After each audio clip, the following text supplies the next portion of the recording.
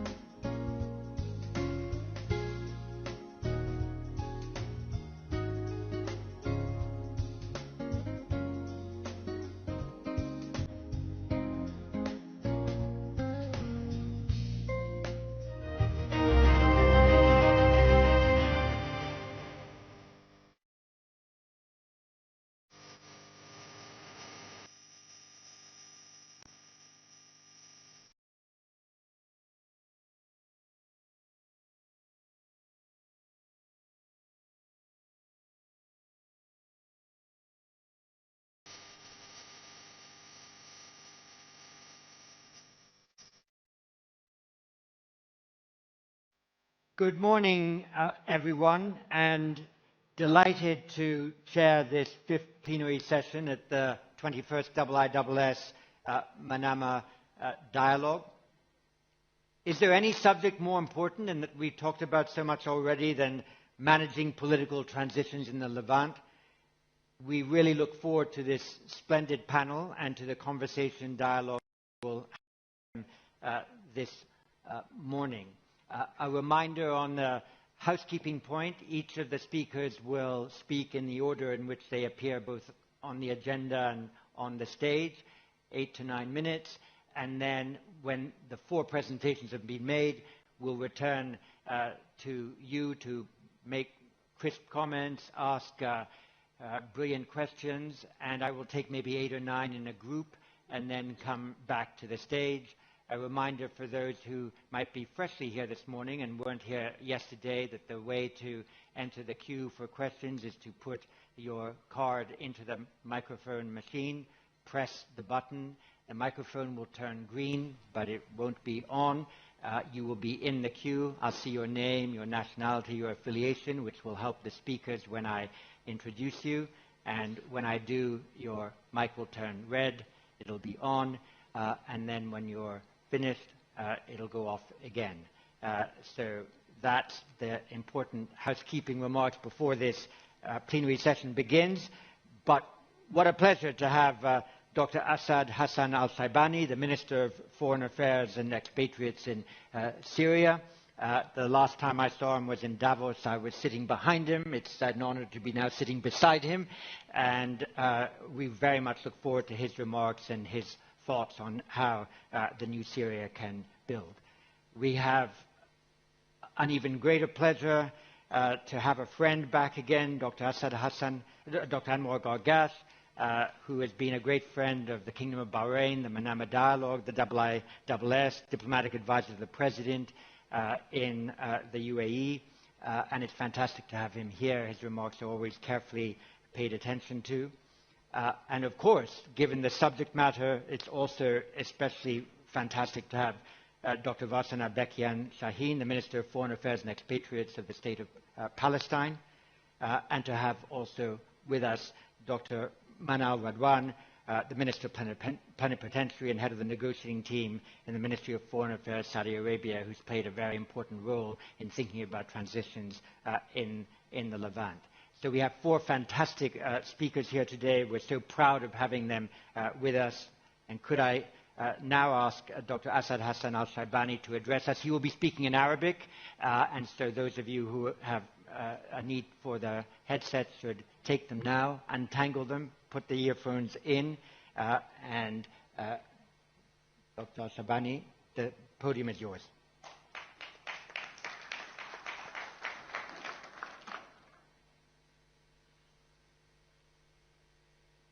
بسم الله الرحمن الرحيم. أولا شكرا لكم سيد سيرجون على هذا التقديم الكريم. أيضا الشكر الجزيل لكم في المعهد وفي مملكة البحرين العزيزة على حفاوة الترحيب والاستقبال، وعلى حرصكم لحضور سوريا في هذه القمة وأيضا هذه المنصة المرموقة. كما تقدم بالتحية لأصحاب المعالي والسعادة المشاركين معي اليوم وللحاضرين جميعا.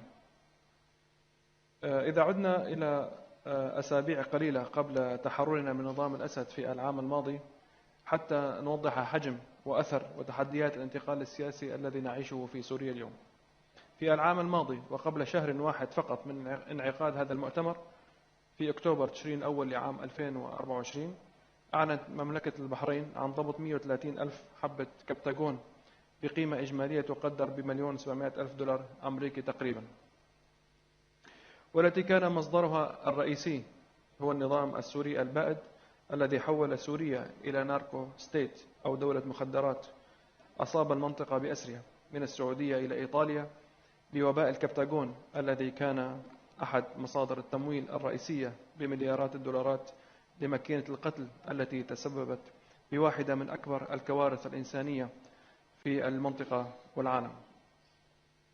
وقد حولت سوريا إلى منصة إقليمية للتهديد والنزاعات. أثناء ذلك كنا في تلك الأيام نخطط لكيف نحرر شعبنا من هذا الظلم ومن هذه الدكتاتورية، وأيضا كيف نصحح صورة سوريا في المنطقة والعالم بالشكل الذي يليق بها.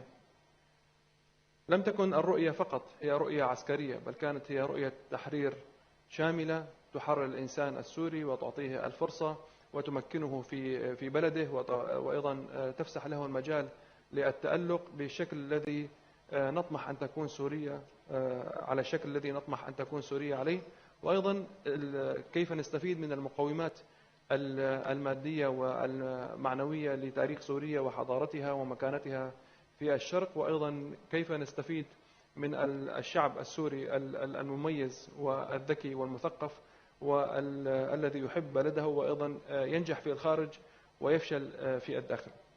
منذ تلك اللحظة، منذ 8 ديسمبر لعام 2024 وإلى اليوم هي 11 شهر، وهي مدة قصيرة نسبيا، لكنها كانت مليئة بالتحديات التي عشناها في هذه الفترة الوجيزة، وهي أيضا مفعمة بالأمل، وأيضا كانت مليئة بالمشاعر المختلطة بين الألم والأمل والطموح. كيف حال دكتور؟ حياكم. فهذه الفترة أبرز ما يمكن أن نفتخر به اليوم ونحن نتكلم بعد 11 شهرا أننا كل الوعود أو كل الأمور التي تكلمنا عنها في الشهر الأول اليوم قد أنجزنا يعني تقريبا 90% من الأمور التي تكلمنا عنها، بداية من الحوار الوطني والحكومة الشاملة والانتخابات البرلمانية والإعلان الدستوري وفتح العلاقات مع الجوار وتصدير علاقة سياسية خارجية قائمة على التنمية والسلام وإعطاء الفرصة لشعبنا لإعادة بناء بلده، وأيضا جلب الاستثمار الخارجي والتعريف عن سوريا بشكل صحيح، وأيضا معالجة آثار الآثار المدمرة التي شوهت صورة بلدنا في الماضي. في المرحلة الانتقالية أيضا كانت رؤيتنا تعتمد على ثلاثة مبادئ أساسية متداخلة. بدأناها بالاستقرار الأمني محليا وإقليميا ودوليا. فاليوم سوريا هي بعيدا عن أنها الآن لديها استقرار أمني مقبول في الداخل السوري، أيضا أصبحت اليوم شريكة إقليمية إلى دول الجوار في مسألة مكافحة الإرهاب، في مسألة مكافحة المخدرات، وأصبحت اليوم أيضا شريكة دولية في معالجة المخاطر الأمنية التي تهدد المنطقة والعالم، وأصبحت اليوم أيضا يعني لها دور فاعل في هذا المسار. المبدأ الثاني أيضا الذي نعتمد عليه في رؤيتنا هذه في المرحلة الانتقالية هي موضوع الدبلوماسية المتوازنة. لا نريد لسوريا أن تكون قائمة على مبدأ الاستقطاب، أو أن تكون كما كانت على عهد النظام البائد أن تكون في صف ضد طرف آخر. وكما تعلمون أيها السادة، ربما الحفاظ على التوازن أمر يعني صعب ونادر في واقعنا الحالي، لكننا نحاول أن تكون سوريا على مسافة واحدة من الجميع، تحترم الجميع، تقيم علاقاتها بشكل قائم على التعاون والتبادل التجاري، وأيضا الانفتاح ونشر السلام في المنطقة والعالم. وأيضا استطعنا أن نؤسس دولتنا على مبدأ بعيدا عن المبدأ الطائفي الذي كان عليه، مبدأ عن مسألة أن هناك أكثرية وأقلية في البلد. أردنا أن يكون القانون هو الميزان الذي يفصل بين الجميع، وهو المحتكم والذي يحتكم إليه في جميع الأمور بغض النظر عن خلفية الإنسان، لأننا في سوريا نفتخر أن سوريا هي بلد متنوع ثقافيا وعرقيا ودينيا، وهذا التنوع هو ما يضفي عليها القيمة الحضارية، وأيضا هو ما يعزز التكامل بين أبناء الشعب السوري. لقد تعرضنا لتحديات أيضا خلال هذه الفترة، لم تكن فترة يعني مليئة بالورود والأزهار، وكانت كلها يعني آمنة. تعرضنا إلى تحديات وأيضا اختبارات ربما نسميها في الفترة الماضية، ولكن أيضا لم نستسلم أمام هذه التحديات. كنا ملتزمين بتعزيز السلم الأهلي، كنا ملتزمين بتحقيق العدالة. تم تأسيس أيضا اللجنة الوطنية للمفقودين لمعالجة هذا الملف. فهناك في سوريا ما يزيد عن 250 ألف مفقود على يد النظام البائد، وأيضا هناك مسار للعدالة الانتقالية. لقد أسسنا لجنة وطنية للعدالة الانتقالية، وهي الحد الفاصل الذي نعتمد عليه لأن تصل العدالة والحقيقة للناس، وأيضا نحمي شعبنا ونحمي أيضا الضحايا من الاستسلام أو الانتقال إلى الانتقام أو الدخول في معتركات كما شاهدناها في نماذج أخرى بعد إسقاط الأنظمة تدخل البلد في حرب أهلية. لا نريد لبلدنا أن تذهب بهذا الاتجاه. كانت العدالة وكان القانون هو الشيء الأساسي. أيضا أخيرا أتممنا الانتخابات البرلمانية والتشريعية في الفترة الماضية. هناك بعض التحديات لكنها ليست لا تعرقل هذه العملية. تقريبا نتمنى أو أيضا نرجو أن تكون أول جلسة برلمانية تم انتخاب أعضاؤها في سوريا بشكل شفاف وبشكل شارك به السوريين وأيضا راقبه المجتمع المحلي والدولي في نهاية شهر نوفمبر. تكون أول جلسة برلمانية تمثل الصوت السوري وأيضا تطرح القضايا بشفافية وبما تتحقق به مصالح شعبنا. هذا الكلام لم يكن أيضا مجرد كلام نظري، كان هناك فرق كبيرة جدا تعمل عليه منذ اليوم الأول، وكان هناك أيضا نريد أن نؤكد بأن رؤيتنا وطموحنا بهذا المسار لن ينقطع. ما نحن في هذه المرحلة لم نختم ما نطمح إليه، بل هي البداية التي نريد أن نؤسس لها لسوريا المستقبل. نريد أن نرى سوريا أن تكون بلدا فاعلا، بلدا يعتمد على أبنائه، بلدا خالي من التدخلات الأجنبية، بلدا لا يكون في أي استقطاب إقليمي أو دولي، بلد لا يكون مصدر للتهديد أو مصدر للقلق. بالعكس، عندما نريد أن تذكر سوريا يذكر معها كل الصفات التي تعزز التعاون والشراكة. هذا المؤقت حقيقي أم؟ نعم. في الختام لا أريد أننا نمد يدنا إلى من هذه المنصة المرموقة للأصدقاء والحلفاء في المنطقة ليكونوا شركائنا في بناء بلدنا، وهو ما سينعكس ليس فقط باستقرار وازدهار بلدنا بل أيضا بالخير والنفع والسلام للمنطقة بأسرها. وشكرا لكم.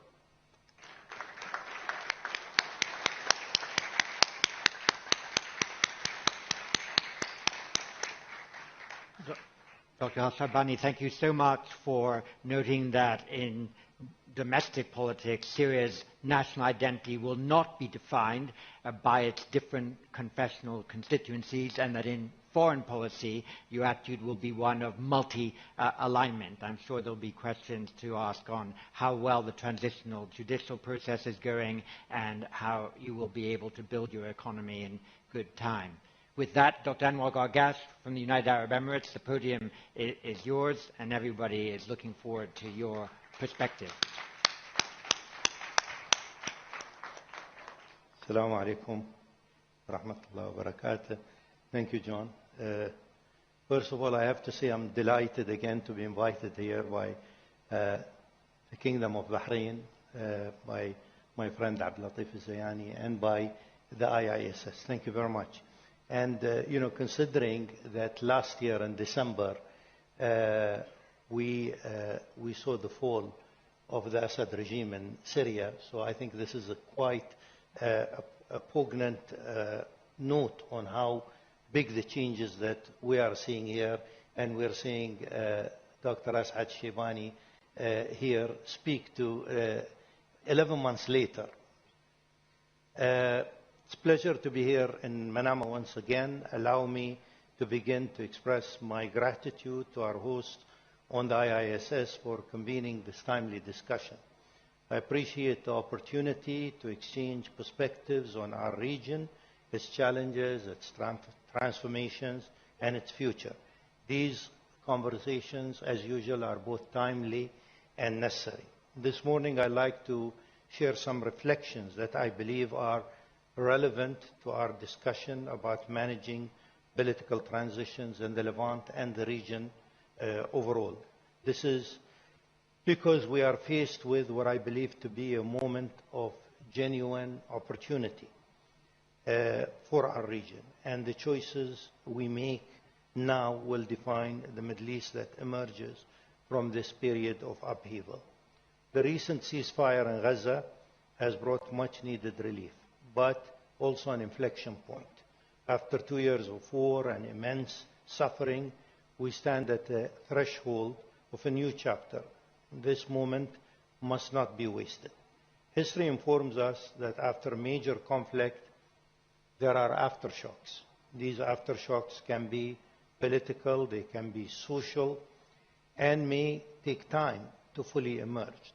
It would be unrealistic to imagine that our region will be spared them. It is vital that we begin preparing for them now. Whatever the final terms of the ceasefire and the shape that arrangements will take, there is a fundamental truth we cannot ignore, and that is that moving forward requires hard and serious work. Without this essential work, without reconciliation, trust building, and accountability, any agreement will remain fragile and at risk of collapse. At the heart of this lies the need for a credible political horizon. A genuine two-state solution remains the cornerstone of a stable Middle East. It is very difficult to imagine that there could be a lasting peace in the region until there is a Palestinian state living side by side in peace, security, and dignity with Israel. The second challenge we must address is one that history warns us about: the danger of extremist narratives, feeding on the trauma caused by years of war. In such times, voices of intolerance that often speak the loudest, voices that see human suffering as collateral damage, can poison the peace and lay the foundations for future conflict. We see this risk on all sides today. Maximalist views, whether in Israel or in the Arab world or elsewhere, can easily take hold if left unchallenged. They threaten to replace dialogue with dogma and compromise with confrontation. We must, therefore, strengthen the moderate narrative. This is a narrative grounded in coexistence, pragmatism, and respect for human dignity. The region needs a vision that empowers people rather than divides them, a vision that acknowledges differences but insists on dialogue as the only path forward. Transitions after conflicts are always moments of vulnerability, when societies are searching for meaning, when people are angry, disillusioned, and afraid. Managing these transitions will depend not only on political arrangements, but on how successfully we create space for constructive narratives and inclusive governance. When it comes to some of the fragile transitions in our region, it is important to stand with those who are working for stability, progress, and coexistence. We cannot allow extremist narratives to hijack these efforts. A successful transition, therefore, requires that men and women who are trying to chart a different path for their countries after years of war and instability also have partners on the outside. In other words, we must acknowledge the good actors who are trying to build peace from within. We cannot afford to repeat the mistakes of the past. There is no return to the previous status quo. The only sustainable path forward is one rooted in partnership, regional cooperation, economic integration, and political dialogue that transcends old rivalries. The UAE's own foreign policy is guided by this belief. We seek to build bridges, to create spaces where cooperation is possible, even amidst political differences. We look to find the common good in economic cooperation and investment that leads to tangible improvements in the lives of our peoples. We prioritize humanitarian efforts aimed at ensuring the safety and well-being of people. This approach underpins our engagement across the region, from the Gulf to the Levant, and reflects our conviction that stability anywhere in the Middle East benefits us all. I'd like to conclude by offering several observations that have become very clear after years of crisis in the region. First, it is paramount that we work to strengthen the role of the nation-state. Militias and non-state actors should not be allowed to chart the course of a country. Furthermore, the idea that the Palestinian issue could be contained or managed while other efforts moved forward is clearly not plausible. It never was. Nor can we lose sight of the humanitarian cost of conflict. The humanitarian element should not be an afterthought. Even in the midst of war, it must remain a continuous focus. Finally, the Arab region should not become a larger part of the designs of any power. As a region that is working to fulfill aspirations of its people and chart a path of prosperity, we should not merely be seen by others as a buffer or as a means to preserve deterrence or achieve other defense strategy goals. At the same time, geo-economic priorities must be accorded their proper place of importance. The economic stability and well-being of the region is key for its political stability and development. With all that in mind, I'd like to emphasize that the UAE remains a steadfast partner in efforts to ensure that this moment of fragile peace becomes a foundation for enduring stability. We will continue to work with regional and international partners to support peace. The task ahead will not be easy, and the aftershocks of war will continue to test us. But the future of the Levant and the wider Middle East will depend on whether we can turn this difficult moment into a new beginning. I'll stop here, and I look forward to our discussion later on. Thank you.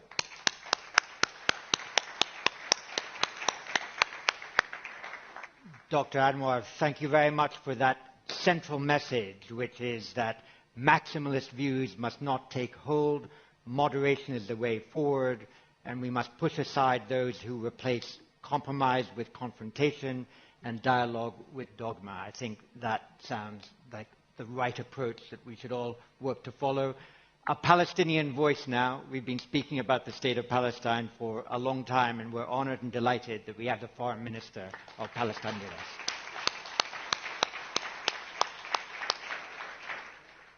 أصحاب المعالي والسعادة، الضيوف الكرام، صباح الخير. أشكركم على استضافتي في هذا الوقت حيث الكثير من التغيرات والتحولات الإقليمية والدولية.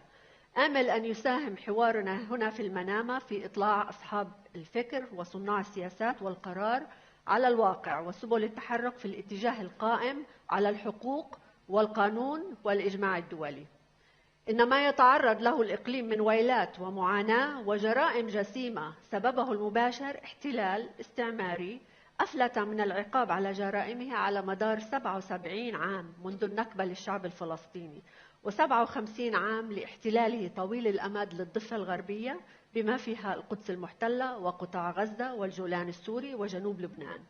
غير أن التغيرات الجيو-استراتيجية في فلسطين والبلدان المجاورة ورغم الإبادة التي يتعرض لها الشعب الفلسطيني تولد معها فرصاً يجب الاستفادة منها ومواجهة التحديات المصاحبة لها. نحن أمام مبادرتين لشرق أوسط جديد. الأولى مبادرة يقودها العالم بإجماع نحو شرق أوسط مستقر يعيش بأمن وسلام وازدهار وكرامة دون احتلال وحروب لشعوب المنطقة، وفيه دولة فلسطين وحل الدولتين. هذا تجلى في الجهد الذي قادته السعودية وفرنسا في مؤتمر نيويورك لتسوية القضية الفلسطينية بالسبل السلمية وتنفيذ حل الدولتين من خلال تنفيذ قرارات الأمم المتحدة. وتم إعلان نيويورك الذي يشكل خارطة طريق عملية لتنفيذ حل الدولتين، حيث عزز الزخم الدولي للاعتراف بالدولة الفلسطينية باعتبار أن الاعتراف متطلباً للسلام وليس مخرجاً للعملية السلمية. وساهم أيضاً في انخراط الرئيس ترامب وإدارته حيث قدم خطته لوقف العدوان على قطاع غزة. وقد رحبنا بجهود الرئيس الأمريكي وما تبع من قمة في شرم الشيخ، ما يجعل من كل هذه الجهود المكملة لبعضها البعض من زخم الاعترافات الدولية وإعلان نيويورك وخطة الرئيس ترامب وسيلة لإنهاء الحرب والتعافي في قطاع غزة وإعادة الإعمار. ونحن نشدد على عملية تعافي وإعادة إعمار وطنية الملكية، فلسطينية القيادة، عربية الدعم، ودولية الإسناد، وعلى أن هذا الجهد الوطني يجب أن يكلل بتضافر الجهود ويعكس التزاماً راسخاً بالقانون الدولي والمساءلة. ومن خلال هذه المبادرة مهم أن نضع النقاط على الحروف بشأن قطاع غزة ومستقبله. فرغم وقف إطلاق النار وجهود الرئيس الأمريكي، إلا أن غزة لا تزال تواجه دماراً هائلاً وكارثة ومعاناة إنسانية عميقة يتوجب فيها استدامة وقف إطلاق النار ومنع التهجير أو تقليص جغرافيا أو ديموغرافيا غزة. إن قطاع غزة جزء لا يتجزأ من دولة فلسطين المحتلة، وهو والضفة الغربية بما فيها القدس المحتلة يشكل وحدة جغرافية واحدة، حيث يجب التأكيد على وحدة النظام السياسي والقانوني والإداري بين غزة والضفة الغربية تحت سيادة دولة فلسطين. ولدينا سياسة واضحة: دولة واحدة، حكومة واحدة، قانون واحد، وسلاح واحد. إن عملية إعادة إعمار غزة يجب أن تكون وطنية الملكية بدعم دولي لحكومة فلسطين ولسلطتها الدور الرئيسي في الحوكمة والأمن، وعلى إسرائيل قوة الاحتلال الانسحاب الكامل من قطاع غزة. ومن خلال الخطة العربية الإسلامية لإعادة الإعمار، فإن دولة فلسطين وافقت على آلية انتقالية للجنة فلسطينية من التكنوقراط التي يترأسها وزير في الحكومة الفلسطينية أن تدير قطاع غزة لمدة مؤقتة وتعمل على توحيد المؤسسات الوطنية الفلسطينية وتقدم الخدمات لشعبنا المكلوم.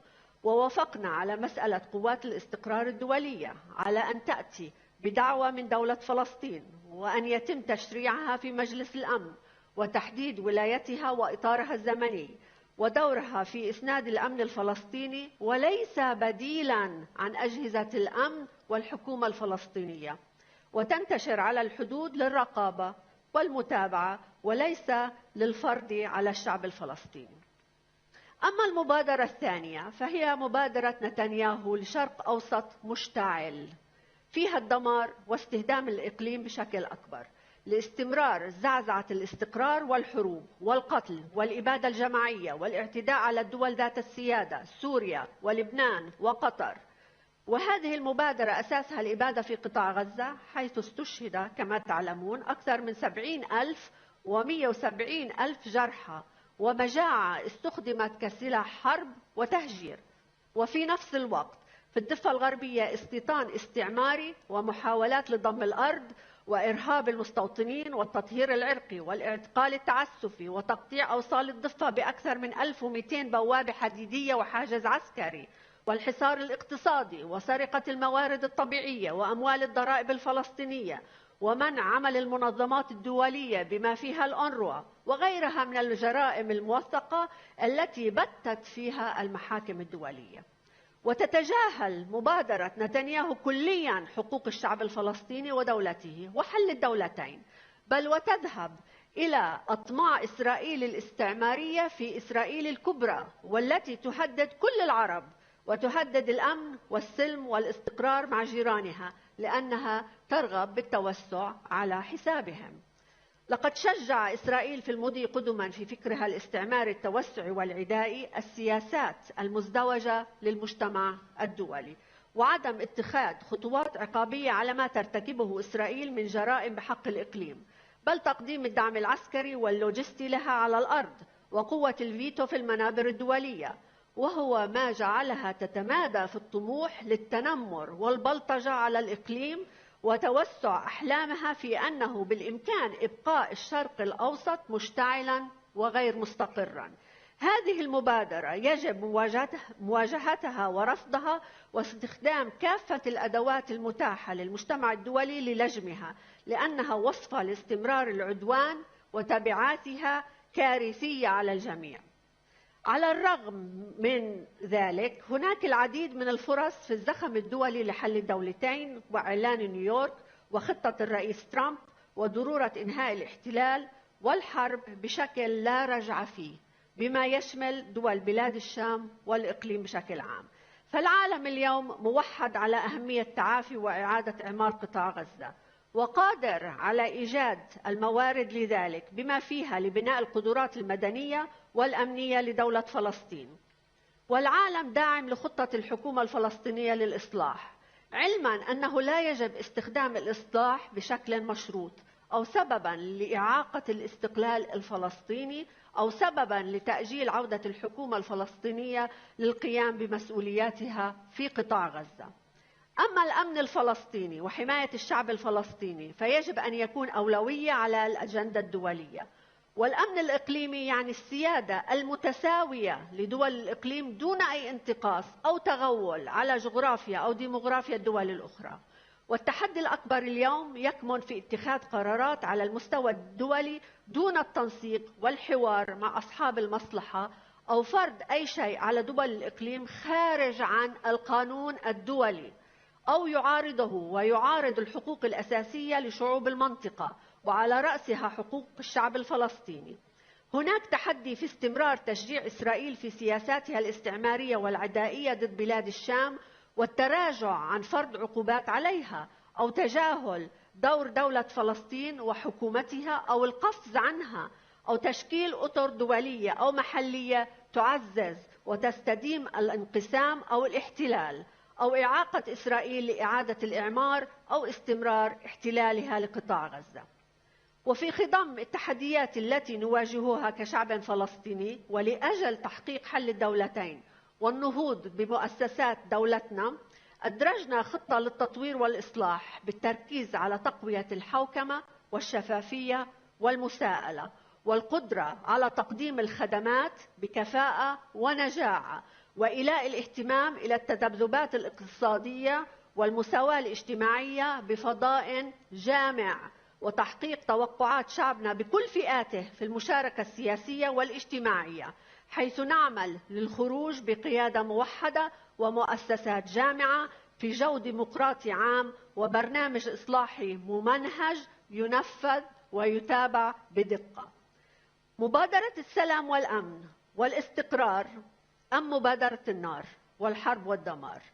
يرى الشعب الفلسطيني أن نضاله جزء من نضال الشعوب الحرة الطواقة للحرية والكرامة، وقد اختار شعبنا طريقه في الصمود والتصدي لجرائم الاحتلال مستندا إلى القانون الدولي والإجماع الأممي على حقوقه غير القابلة للتصرف، ومتطلعا إلى أفق الحرية والاستقلال من الاحتلال الإسرائيلي وتجسيد الدولة المستقلة، متيقنا من الدعم الدولي الكبير لأهدافه وللعدالة الدولية كأداة لإنصافه وجبر ضرره.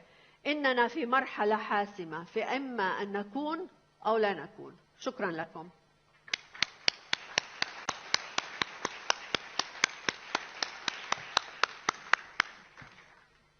Thank you, Minister, for emphasizing that the transition needs to be Palestinian-led and Arab-supported with the right international engagement. And perhaps in the conversation we have, we can look at what that right international engagement should be. You mentioned Saudi Arabia's important role in working hard to build the alliance for a two-state solution. So Saudi Arabia, please address this plenary session. Thank you very much, Manal.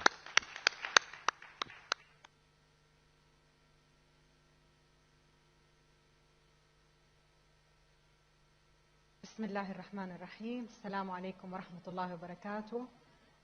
صاحب السمو الملكي الأمير تركي الفيصل، معالي وزير الخارجية عبد اللطيف الزياني، حضور الكرام, Your Excellencies, distinguished delegates, ladies and gentlemen, allow me first to express my deep appreciation to the Kingdom of Bahrain and to the International Institute for Strategic Studies for convening this essential dialogue and for providing a platform where information is shared, ideas debated, and policy shaped. The title of this session, Managing Political Transition in the Levant, invites both reflection and resolve. For too long, our region has been governed by the politics of management, not of transformation, of postponing the inevitable, not confronting the unsustainable. At times, we have repeated failed past experiments, blaming the nature or culture of the region, rather than the circumstances that produced such failures and the lessons not learned. We have thought to contain fires rather than extinguish them, to pause wars rather than resolve them, to administer despair rather than restore hope. This time must be different. Management sustains the status quo. Transformation changes it. Transformation requires political courage, moral clarity, and collective responsibility, and above all, regional agency, to rebuild legitimacy, to renew the social contract between citizen and state, to restore trust between states themselves, to tackle conflicts at their grassroots, and to allow for genuine introspection of the self and of the other. Nowhere is this lesson more urgent than in Palestine. What we are witnessing today is not a cycle of conflict, but a sustained campaign of destruction and dehumanization. A genocide in which entire neighborhoods have been erased, families annihilated, hospitals and schools deliberately targeted, and the very conditions of life rendered unlivable. This is not an accident of war. It is a consequence of policy. It represents the systemic extinguishing of a people's right to exist in dignity and freedom. We have condemned repeatedly all attacks against civilians, including those of 7 October. But every attack, every day, since October 8, must not be legitimized under any pretext and must equally be condemned. We just heard in the West Bank, violence takes a different but equally chilling form. Armed settler groups, often operating under army protection, terrorize civilians with impunity. Only days ago, Afaf Abu Alia, a 50-year-old woman harvesting olives in her village, was beaten unconscious by a masked settler while soldiers stood by. Harvesting olives, a simple act of livelihood and continuity, has become an act of defiance against erasure. Such atrocities are not isolated. They are systemic, part of a strategy to dispossess, displace, and dominate. And as long as impunity replaces accountability, injustice will fester and radicalization will deepen. No amount of narrative of peace will resolve this. No amount of reform in education curriculum will resolve this. If the lives of Palestinians continue to be formed and shaped by occupation, by dehumanization, by indignity, this is only going to breed more and more radicalization, not only in the occupied territories, but worldwide. Violence and disregard for human life breed not security, but endless war. It is not alarming, but shocking. It's not only alarming, but shocking to witness the normalization of supremacist rhetoric, hate speech, and incitement against Palestinians and Arabs, including by government officials acting with full impunity. The torture of prisoners, including children, represents practices that degrade not only the victim, but the very concept of humanity itself. The world must raise its voice. It's not enough. What we have witnessed so far is not enough. The people of Palestine cannot hear you.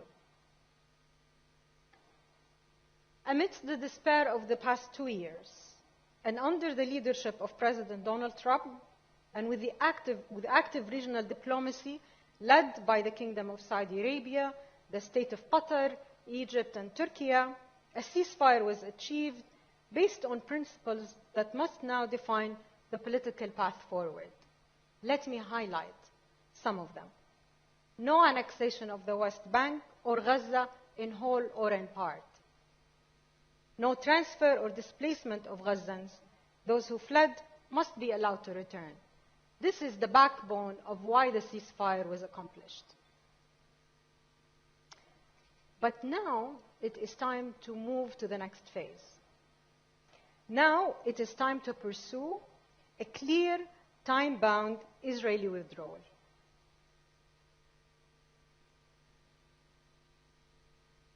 It is now time to pursue something that the Palestinians have asked for years, an international protection force based on a request by the State of Palestine. This international stabilization force must be deployed to protect Palestinians, but also to empower the Palestinian Authority and to empower Palestinian National Police. Transitional governors of Gaza must not prejudice Palestinian sovereignty, but must contribute to the unification of Gaza and the West Bank. The return of the Palestinian Authority to Gaza must be guaranteed, consistent with the New York Declaration. These steps are not the end goal. They are the pathway to the realization of the Palestinian state and the implementation of the two-state solution, leading ultimately to regional integration based on security, stability, and shared prosperity for all people, for all states of the region. We cannot do it in the reverse. A Palestinian state is a prerequisite for regional integration. We have said it many times, and I don't think that we have received a full understanding, because we keep being asked this question, and I say it here one more time. The realization of a Palestinian state is the prerequisite for regional integration.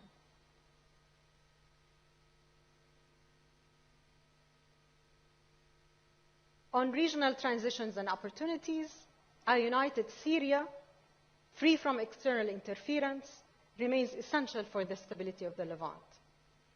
The Kingdom's approach is anchored in investment, political, financial, but above all, investment in the people of Syria, their resilience, creativity, entrepreneurship excellence, and the love of their country. In Lebanon, we continue to support reform, the strengthening of state institutions, and the empowerment of the Lebanese armed forces as the backbone of national sovereignty. Stability in Lebanon depends on leadership and accountability at home and restraint from abroad. We are confident in the Lebanese leadership, and we must ensure that we all support them. For both Syria and Lebanon to be able to face tremendous challenges that lie ahead of them, Israel must withdraw from Syrian and Lebanese territories in full respect of international law and sovereignty. The presence of Israeli forces, occupation of parts of Syria and Lebanon will never be a recipe for security or stability in the region. And in Iran, the opportunity exists to resolve the nuclear file between Tehran and Washington, taking into account legitimate regional concerns. Iran can still choose to correct past grievances by restoring diplomatic relations with Bahrain and joining the GCC vision for regional security grounded in the Beijing Declaration. The Kingdom of Saudi Arabia will continue to offer its good offices to promote de-escalation, confidence building, and cooperation. We must not be prisoners of the past, but students of its mistakes. The Middle East is not condemned to perpetual transition, it is capable of renewal. Our Vision 2030 in the Kingdom rests on the conviction that transformation, not crisis management, is our destiny. It is our duty to ensure that political transitions in the Levant need not to paralysis, but to peace with purpose, just and lasting. The question before us, therefore, is not simply how to manage transitions, but where those transitions must lead. From occupation to full statehood and sovereignty, from fragmentation to legitimate statehood, from despair to dignity. The Kingdom of Saudi Arabia will continue to be a partner for peace, prosperity, and security, based on justice, based on rights, based on international legitimacy. The Kingdom will continue to work with all of our partners, and I must highlight the European Union, our partner in the Global Alliance for the implementation of the two-state solution, our partner also in France, co-sponsor of the Peace Conference in New York, which produced the New York Declaration. But also, and above all, we will continue to work with our strategic partner, the United States.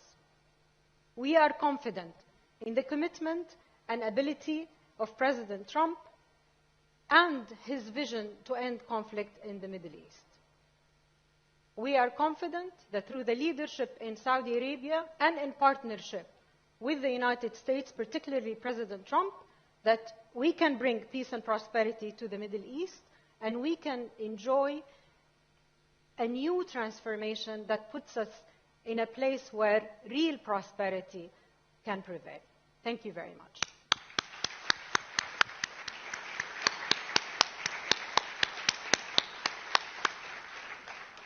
Dr. Manal Radwan, thank you very much for what was an intellectually charismatic set of precise remarks, full of wise advice that should guide those who genuinely seek transformation and who urgently work to restore hope.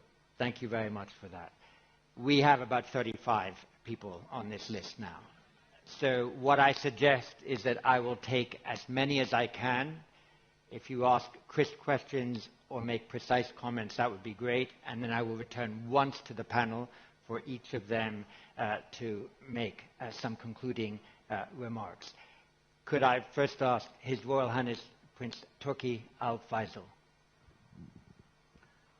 Thank you very much. Bismillah ar-Rahman ar-Rahim.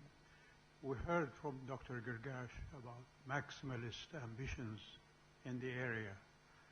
And what comes to mind is some of yesterday's comments on Iran on one side and Israel on the other.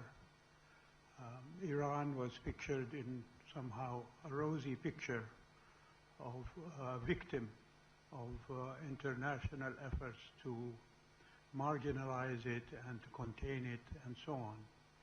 Whereas its belligerent attitude since 1979 and even some interference in the affairs of others was not mentioned in that picture.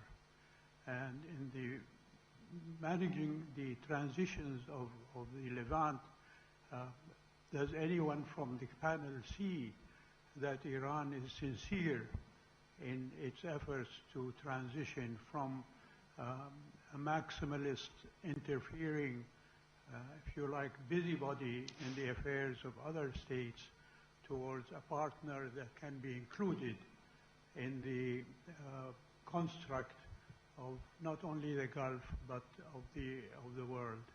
And on Israel's side, we heard yesterday that in order for a country like Lebanon, for example, to get over its problems, that it must reach out to Israel and seek solution in what Israel can offer it in a relationship that will recognize mutual benefits and so on.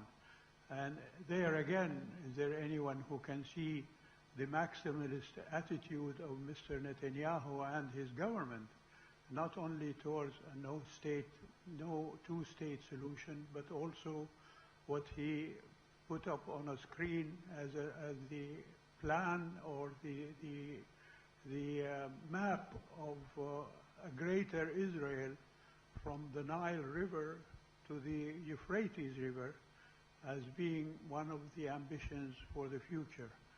Thank you.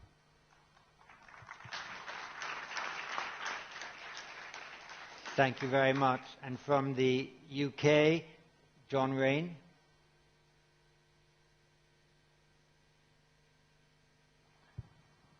Thank you, John. My question follows on from Prince Turki's. We seem very much to be living in a time when the old rules-based order is being replaced by a deals-based international order. Mr. Trump's efforts so far have yielded deals across the globe. Do panelists believe that Mr. Trump can deliver a comprehensive deal for the region, which includes Iran, Israel, and Turkey, the three powers who have historically shaped the fate of the Levant? Thank you. And from the US, Barbara Leaf. My question, too, is about the role of Iran, but specifically how, Minister Shibani, you see your government managing that non-relationship in a positive direction for Syria.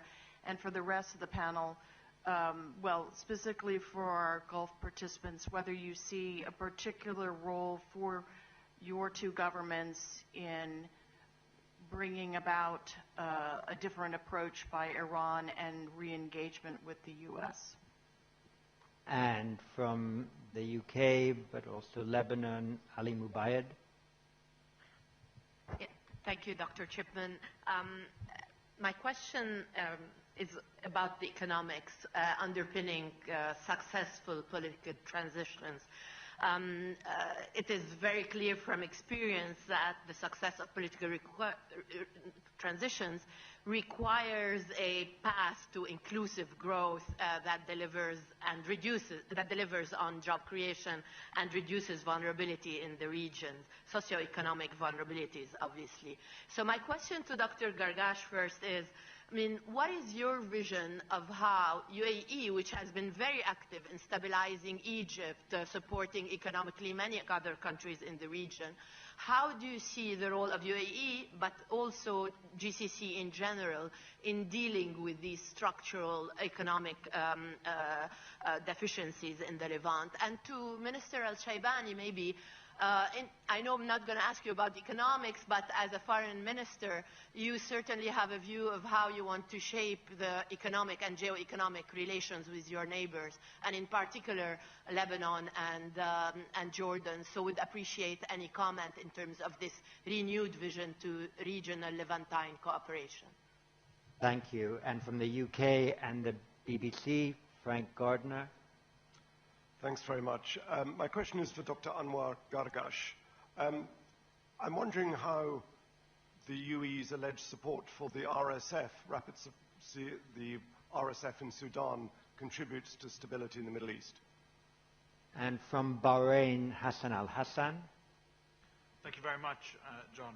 We've heard American and other interlocutors speak of the International Stabilization Force in Gaza not as a protection force for the Palestinians, first and foremost, as Dr. Radwan, I think, very eloquently put it, but rather as an Arab-led effort to disarm Hamas, despite Israel's continued categorical rejection of a Palestinian state.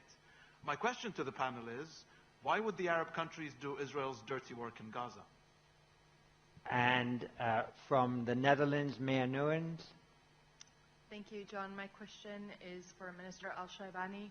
It was reported that you will visit China at some point early this month to meet with State Councilor and Foreign Minister Wang Yi. What are your priorities for this meeting, and what are some of the concrete agreements that you hope to come away with? And if I may ask a second question, could you please speak to how you might respond to Beijing's counterterrorism agenda and demands, particularly related to the Turkestan Islamic Party? And from the US, Jonathan Bass. So first, I'd like to thank President al-Shara and Minister Shibani for all the work they've done in leading, since May, the country into the future of nations, and with a great representation to the Syrian people. I would like to say that we need to have a President Trump-led first, an America first policy here, moving forward, leading the negotiations to get the sanctions removed in Congress and then in the UN. And we need to start to look at energizing the street. How do we go about energizing the street to build jobs, factories, and put people to work so that they can put a Syria First program together? Thank you. And from Oman and our young leaders, Hailana Abu Saidi. My question is to Minister al-Shibani. In May 2025, the Syrian President, Ahmed al-Shara, established the National Commission for the Missing. My question here, what happened to the survivors of Said Naya?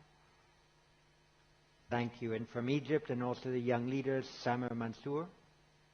Thank you so much, Your Excellencies. Everyone here speaks of stability, reconstruction, and regional cooperation. But political traction in the Levant still depends on who actually has legitimacy on the ground, not just diplomatic recognition abroad. So how can our region talk about managing political traction when most political systems remain exclusive, externally influenced, or disconnected from their own people's consent? So, who actually drives the political future of the Levant today? The regional states, global powers, or the people living there? And thank you. Thank you very much. And from Turkey, Sinan Cengiz. Thank you, John. My question is to Minister al-Shibani about Turkey's security role in Syria. Last week, Turkey has extended its military mandate in Syria for 3 years. Since 2016, Turkey extends its military mandate on annual basis. But for the first time, it has been extended for 3 years, citing the threats that it faces from PKK and its affiliates in Syria, SDF. Yesterday, U.S. Ambassador to Ankara has stated that SDF is closer to integration with the Syrian National Army. Could you please let us know about the process with SDF? Where is it standing? And how do you see Turkey's future security role in Syria, given that last week Ankara has started to train the Syrian army forces? Thank you. And from the United Arab Emirates, Aya Iskandarani. Hello, this is Aya Iskandarani from AFP. I have two questions. The first one to Dr. Shaybani. Do you have a timeline for the potential deal on security and military arrangements that you will be signing with Israel? And is it going to be a sort of demarcation deal or a deal similar to the 1974 disengagement agreement? Do you foresee normalization in the future? And I have also a question to Dr. Gargash and Dr. Radwan. Yesterday, U.S. Envoy Tom Barak told reporters that Gulf states would be interested in investing up to $10 billion in South Lebanon economic and industrial projects if Hezbollah disarms or, backs away from Iran. Is this something you're seriously discussing with Lebanese leaders, with the Americans, and what are your thoughts on that? Thank you. Thank you very much. And from Bahrain, Ismail Nar. Hi, good morning. Ismail Nar from the New York Times. Dr. Anwar, I just want to ask, as the period in the Levant transitions to quote-unquote relative peace, we're seeing more developments in Sudan. The UAE is pledging $100 million additional aid to al-Fasher. Given that the statement from your envoy to the UN, will that $100 million of aid be handled by one party of the war, which is the RSF? And from the UK, Rosamund de Sibyl. Hi, my question is for Minister al-Shibani.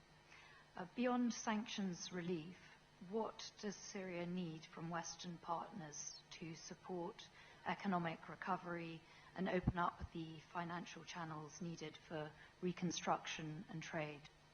Thank you. And I'm going to take one more intervention and then return to the panel, perhaps in the reverse order in which they originally spoke. So with Dr. Radwan first and concluding with Foreign Minister of Syria. With that, Raghida Dagam. Yes, Raghida Dagam, Beirut Institute. And if you permit me, I will ask my question in Arabic because the four panelists are Arabic speakers. بالنسبة للوزير الشيباني، اللقاء السيد الشرع في واشنطن طبعا هناك محاولة لتصويره بأنه عبارة عن تقديم أوراق اعتماد للحكومة السورية والرئيس السوري لدى الكونغرس بأن العلاقة كليا باتت علاقة شراكة سورية أمريكية دولية في مناهضة داعش. هل هذا وارد بأن يوقع الرئيس الشرع على هذه المعاهدة التي يعتزم تطبيقها في واشنطن؟ وهل الهدف هو رفع العقوبات حصرا؟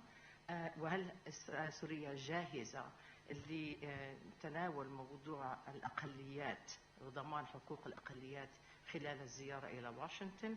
وأخيرا قال لنا توم باراك أمس إن سوريا على وشك، قال هو سوريا marching towards إسرائيل، بمعنى هناك زحف سوري نحو إسرائيل واستعداد للتطبيع في الاتفاقيات الإبراهيمية وليس فقط تطبيع الحدود. كم هي الفترة الزمنية إلى ذلك؟ وللدكتورة منال رضوان، الزيارة الأخرى إلى واشنطن هي زيارة سمو ولي العهد. هل ستكون المواقف الأمريكية الغامضة ولربما غير المشجعة لحل الدولتين، هل ستشكل عرقلة في مسيرة تلك الزيارة سيما في العلاقات الثنائية. أوضحت موقف السعودية بكل بساطة، ولكن أيضا هناك غموض في الموقف الأمريكي، ليس هناك استعداد لدعم فكرة حل الدولتين. وشكرا. Thank you, Ragita. So, we've got a challenge, lots of questions. I have all of them here because we have a great AI tool that summarizes absolutely every question to every individual person. So if anyone needs reminding, I can provide it. I'm certainly not going to summarize the questions or the points made. Everyone will have taken good physical or mental note. So with that, Dr. Radwan, could you begin? I need to give about 3 minutes to each. So. Okay, I'm going to try to be very fast. So on Iran, I don't think that anyone can attest to intentions. I think what Saudi Arabia wants to do is to continue building on the Beijing agreement, declaration, and to continue offer its good offices. We think a direct negotiation between Iran and between the United States is essential to resolve the nuclear file. We think it is possible. We think nuclear proposals on a regional scale can be an answer to start building confidence and to start, closing this file. And I think it's also our position that ignoring the regional element in previous agreements probably was one of the main reasons as to these agreements, and specifically the JCPOA not being successful. So now we have this opportunity. On Iran regional's behavior, I think it is also now time for an intense discussion with Iran based on good faith, based on confidence building, and based on agreements that are not just about words but action and deeds. And maybe we are ready to go over our grievances and amend some of the past mistakes. I think there is space for that. Not attesting to intentions at all, but attesting to action. I don't know of any Arab country that I know of that is ready to do what you have described, and I don't want to repeat it. I think that we have heard, for example, from Minister Safadi yesterday about Gaza being ruled by Gazans, and that the security of Gaza needs to be done by also the Palestinian National Police. So I think the discussions are now underway in terms of the International Stabilization Force. I expressed what the Kingdom sees as the best way forward to best implement President Trump's plan and move us from stage 1 to stage 2. On the possibility of achieving this comprehensive peace or a regional understanding that would include Turkey, Israel, and what was the other one? Iran. Certainly, I would put the Arab countries at the forefront of that. I think that is the aspiration. That is what is possible. But it needs to be done based, as I said, on sustainable peace, on justice, on international law, on non-interference, and security, prosperity for all. It is possible for all the countries to actually ensure their security and ensure their prosperity. And we think that President Trump can be the president that can deliver this in partnership with the region and more specifically with Saudi Arabia. On the President Trump or the American position on the two-state, maybe they don't pronounce themselves very clearly on the two-state, but I read no annexation of West Bank, no annexation of Gaza, no deportation, no expulsion. I read that as the backbone of a two-state solution. I read that as saying that these are Palestinian occupied territory and Israel has no sovereignty over them. So if we can move smoothly from the stage 1 to stage 2, and we can build on the prospect in due time for a two-state solution, because all of us, and we've heard it many times, this is the only reality that can work.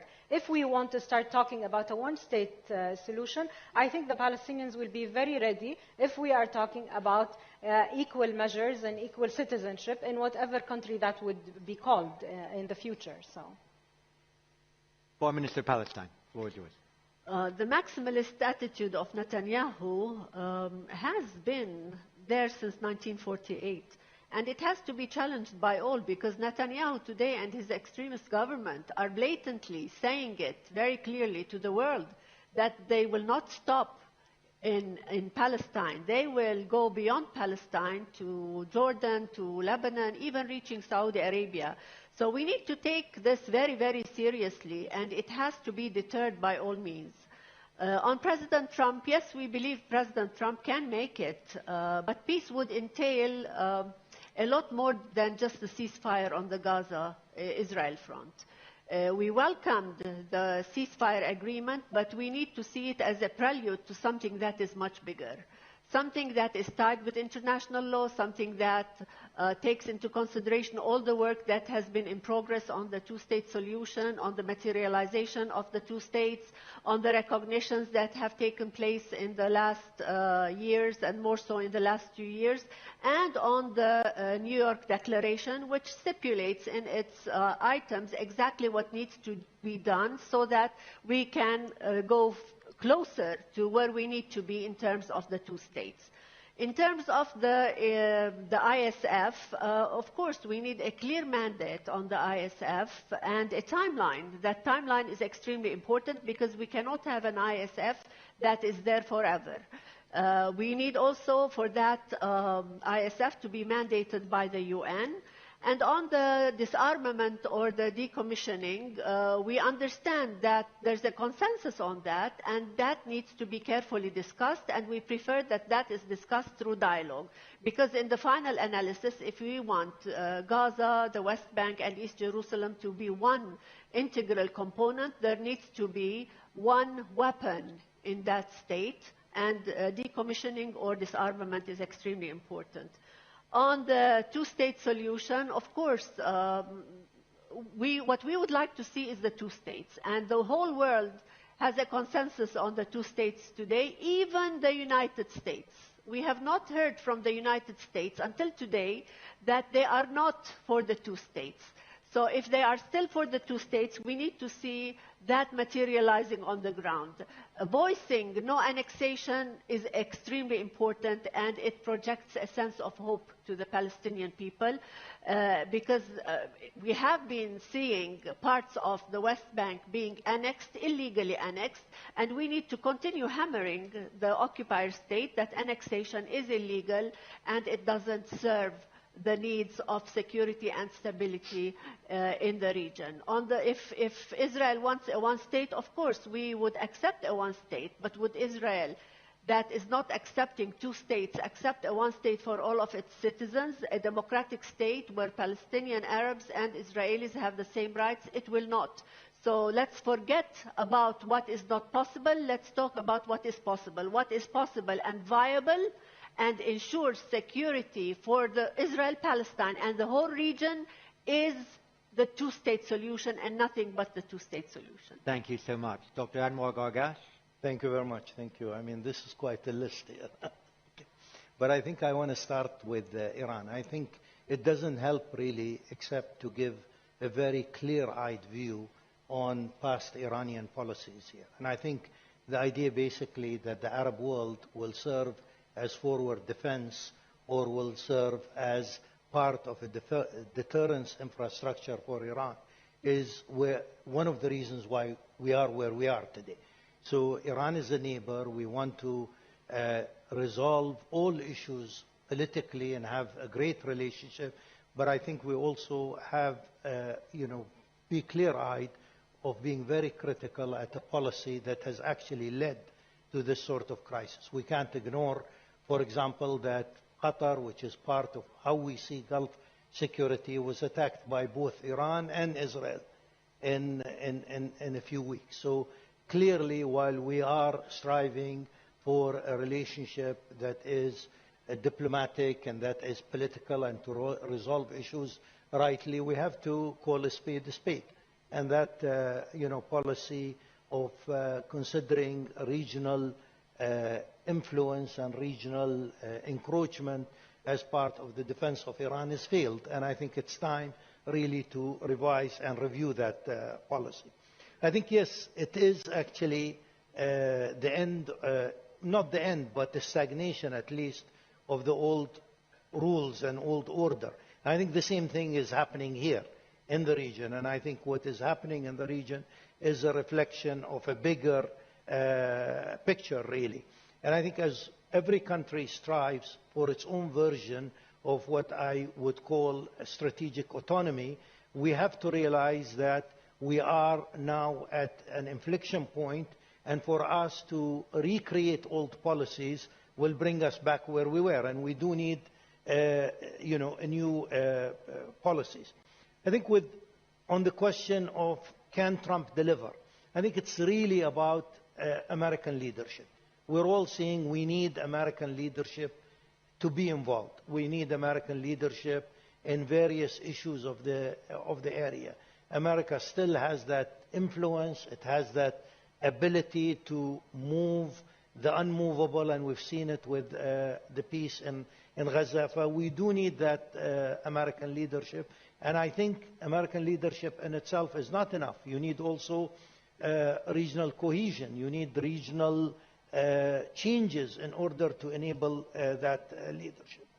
On economic development, I'm saying it and I'm repeating it here. For the last 7-8 years, the UAE is basically in a policy that I call a geo-economic phase.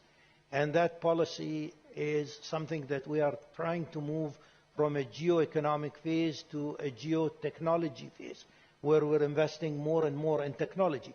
But again, I mean, we have the means to invest. We are ready to invest in various areas, but I mean, investments also have to be done on sound economic and business models.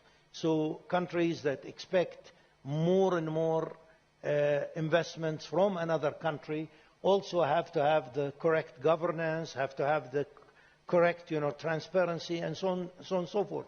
We can do aid work, but aid work is not investment work. And investment work actually needs our money people to feel comfortable that the return will be there, the investment is secure, the sort of political climate allows them to see stability for the next 20 years or so. All these things, I think, are important. And again, I mean, the questions on Sudan, I think, are very relevant, and I should address them here.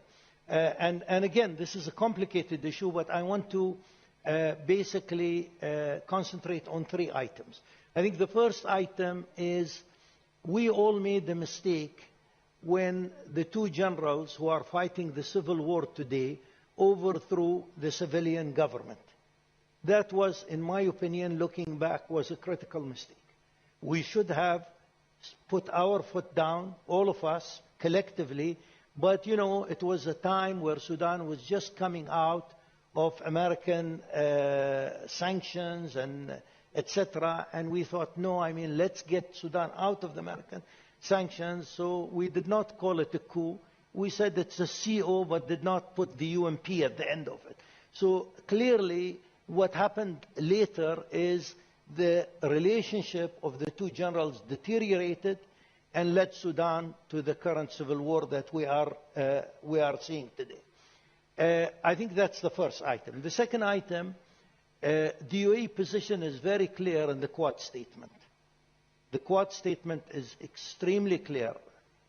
Within a 3-month humanitarian ceasefire, the 2 parties are combatants in the war, political approach to peace, and within 9 months, a transitional civilian government.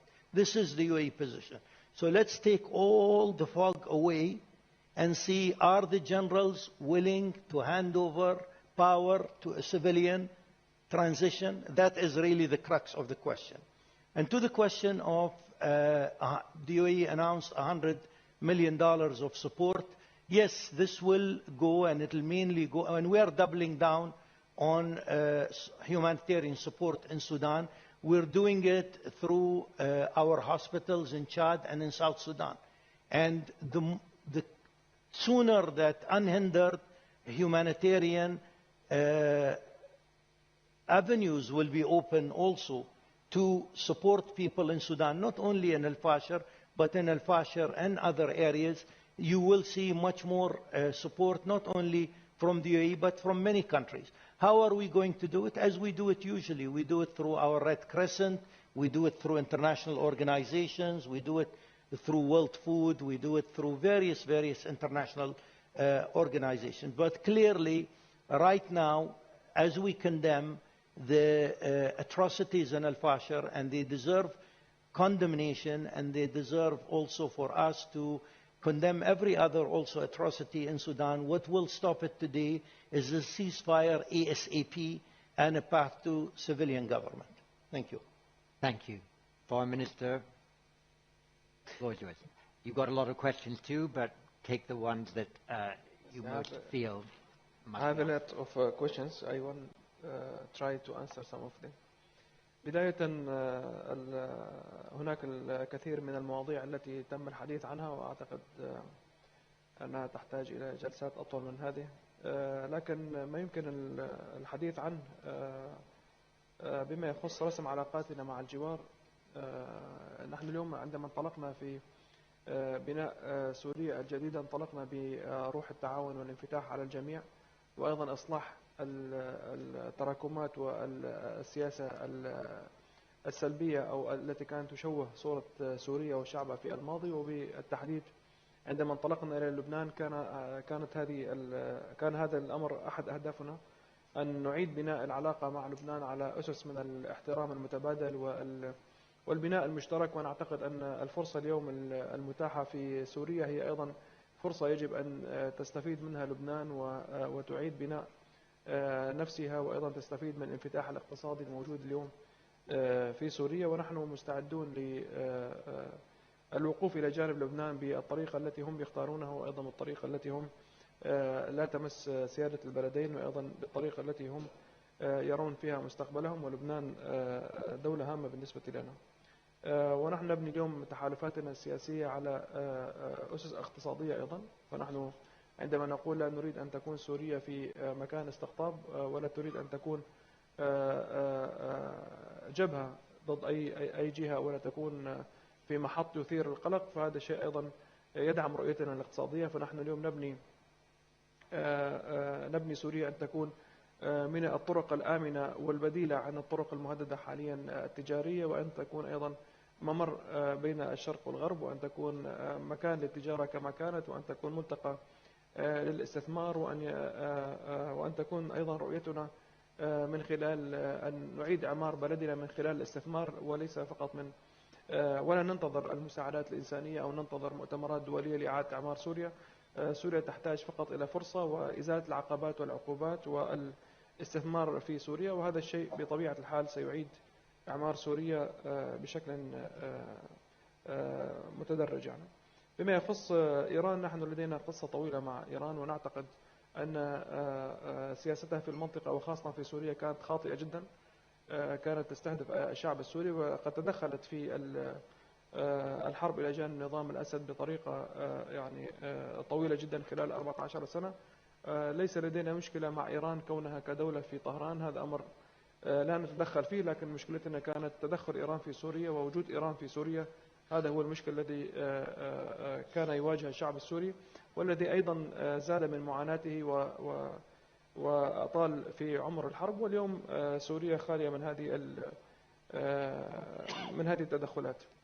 ربما أستطيع الربط هنا مع عقلية إسرائيل أيضا في المنطقة. أعتقد أن أي دولة أو أي جهة تبني سياستها الخارجية وأيضا أهدافها العسكرية على أسس عقائدية، فكما كانت إيران تدعي أن طريق القدس يمر من المدن السورية، وأيضا إسرائيل تريد أن يمر ممر داود من سوريا، فبالتأكيد هذا الشيء لن يأتي بالاستقرار ولا بالأمان على أي من المنطقة. فسوريا هي للسوريين وليست ممرا لأحد، هي مكان لملتقى الحضارات، وهي مكان مستقل وله سيادته، ولا نقبل بتدخل أي جهة في سوريا. بما يخص الاتفاقيات إبراهام مع سوريا، هذا الحديث غير مطروح ولم يطرح، يعني وهذا شيء ليس بالشيء يعني الجديد الذي تكلمنا عنه سابقا. هناك حالة مستفزة لسوريا بشكل يومي، هناك استفزازات سورية يومية، إسرائيلية يومية تجاه سوريا، وتوغلات برية أيضا يومية. هناك منذ 8 ديسمبر في العام الماضي وإلى اليوم هناك أكثر من 1000 غارة جوية على سوريا، على المنشآت المدنية والعسكرية، وهناك أكثر من 500 توغل بري، وهناك احتلال لأراضي جديدة في منطقة البفر زون في منطقة 74، وهناك أيضا تمدد جديد لإسرائيل على الحدود. الهواجس الأمنية الإسرائيلية لم تعد مقبولة لتبرير هذه السياسة. فاليوم نحن نشهد سياسة توسعية. نحن قلنا أننا ملتزمون باتفاقية 1974، وأننا ملتزمون أيضا ببناء اتفاقية تضمن السلام والتهدئة بيننا وبين إسرائيل.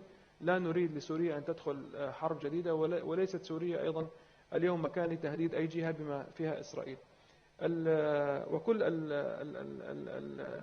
الذرائع الأمنية التي كانت تتكلم عنها إسرائيل أو التي كانت موجودة قبل 8 من ديسمبر، أعتقد أنها بعد 8 من ديسمبر في العام الماضي قد أزيلت من سوريا، ولم يعد أي مبرر لتهديد سوريا أو عرقلة نهج سوريا الحالي بإعادة الأعمار. وأنا نعتقد أن اليوم هناك مفاوضات أو مسارات تسير باتجاه الوصول إلى اتفاق أمني لا ينسف اتفاقية 1974 ولا يقر واقع جديد قد فرضته إسرائيل في الجنوب.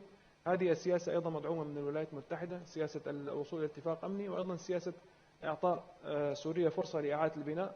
ونعتقد أن سياسة يعني الحكومة الإسرائيلية الحالية تتعارض مع السياسة الأمريكية الحالية في سوريا، وهناك مساعي حثيثة ومستمرة للوصول إلى تهدئة وانسحاب القوات الإسرائيلية من سوريا لما قبل 8 من ديسمبر. بما يخص زيارتنا إلى الصين، هي أيضا تأتي ضمن جولة الزيارات الخارجية التي قمنا بها منذ 8 من ديسمبر وإلى اليوم، وهي زيارات بالبداية تعرف عن سوريا جديدة، تفتح علاقات جديدة، تفتح أبواب للاقتصاد والاستثمار، وتريد أن تستفيد من الجميع في هذه المرحلة. وهناك كان هناك بعض الهواجس الأمنية لدى الصين وقد تم تذليلها، وأيضا التفاهم حولها بخصوص يعني المشاغل الصينية، ونريد أن تكون بيننا وبين الصين علاقة جيدة ولا يمكن أن نستغني عن هذه العلاقة. بما يخص رفع العقوبات، بالتأكيد لا تزال هناك عقوبات موجودة، منها سيزر أكت يعني، وأيضا بعض القوانين التي صنفت سوريا كدولة راعية للإرهاب منذ عام 1979، يعني قبل أن نولد في هذا الأمر. وكان هناك أيضا هذا القانون أو هذه العقوبات فرضت على سوريا لدعمها توجهات في السابق، وهذه التوجهات قد نسفت أصلا من الحكومة الحالية، وهذه السياسات لم تعد موجودة. لا نجد أيضا أي مبرر لوجود أي عقوبات على سوريا، فما يمكن للعالم أن يقدمه إلى سوريا إذا لم يشارك في عملية إعادة الأعمار أن الأقل ممكن أن يزيل العقبات ويزيل العقوبات عن طريق السوريين، والسوريون سيبدأون بالعملية بأنفسهم، ولكن لا يجب أن نضع العراقيل في الطريق. زيارتنا أيضا إلى واشنطن في الشهر بداية الأسبوع القادم أو الأسبوع الأول من شهر نوفمبر تأتي أيضا ضمن نفس السياق، أن سوريا منفتحة على الجميع. فخامة الرئيس أحمد شرع سيكون في البيت الأبيض في بداية شهر نوفمبر. هذه الزيارة بالتأكيد هي تاريخية، وربما هي أول زيارة لرئيس سوري إلى يدخل البيت الأبيض عبر ربما أكثر من 70 سنة أو 80 سنة الماضية. بالتأكيد هناك الكثير من المواضيع التي يتم الحديث عنها، بداية من رفع العقوبات، فتح صفحة جديدة بين الولايات المتحدة الأمريكية وسوريا. نريد أن تكون هناك شراكة قوية جدا بين أمريكا وسوريا. نريد أيضا أن تكون هناك يعني نحن اليوم مكافحة داعش أيضا اليوم سوريا تعاني من هذا الأمر، وبالتالي أي مسعى في هذا الموضوع نحن بحاجة إلى دعم دولي في هذا الموضوع. فداعش ليست فقط مسؤولية سورية، هي هناك هذا خطر إقليمي ودولي ولا تتحمله الحكومة السورية الحالية، ويجب أن نساعد الحكومة السورية الحالية لمواجهة هذا الخطر، لأن داعش أيضا تهدد عملية الاستقرار وإعادة الأعمار في سوريا. والحديث سيكون فيه الكثير من النقاط والكثير من الأمور المهمة في عملية بناء سوريا. بالتأكيد نحن اليوم التغيير الذي حصل في سوريا يعني نشبهه تقريبا بالتغيير الذي حصل بعد انتهاء الحرب الباردة. هناك هذا المتغير الجديد في الشرق الأوسط، والذي أيضا قد بدأ من سوريا بإزالة النظام البائد، وأيضا التوجهات السياسية الخارجية لسوريا ببناء علاقة متوازنة مع الدول المحيطة والدول العربية ودول الخليج والاتحاد الأوروبي والولايات المتحدة. هذه السياسة تريد أن تضع سوريا في مكان يشجع على التعاون ويعطيها فرصة لبناء نفسها، ولا يريد أن تكون يعني جبهة بين الشرق والغرب، أو أن تكون محسوبة على طرف أو معسكر معين. وهذه الزيارات وهذه التوجهات السياسية كلها تأتي في هذا السياق.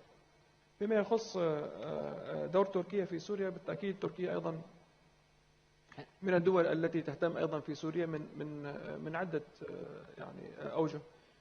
كانت خلال الفترة الماضية ولا زالت تنظر إلى بعض المواضيع أو بعض المناطق، وخاصة في الشمال السوري من باب الأمن القومي، وهذا شيء يهم تركيا أكيد بالتأكيد ولا يمكن تجاهله. فنحن عندما نقول أن سوريا لا تشكل تهديد على أي جهة وأي دولة في المنطقة، فبالتأكيد تركيا هي حليف لسوريا وهي شريك أساسي لسوريا، وأيضا لا نريد أن تكون سوريا أيضا تهديد لتركيا. ولكن ما استطعنا أن ننجح به أيضا من خلال تغيير المقاربات التي كانت في السابق، وخاصة بملف قوات سوريا الديمقراطية، أننا حولنا المقاربة العسكرية إلى اتفاق مشترك في 10 آذار الماضي، وهناك يعني اجتماعات دورية وشهرية تجري، وهناك في الشهر الماضي تمت تقريبا 5 اجتماعات.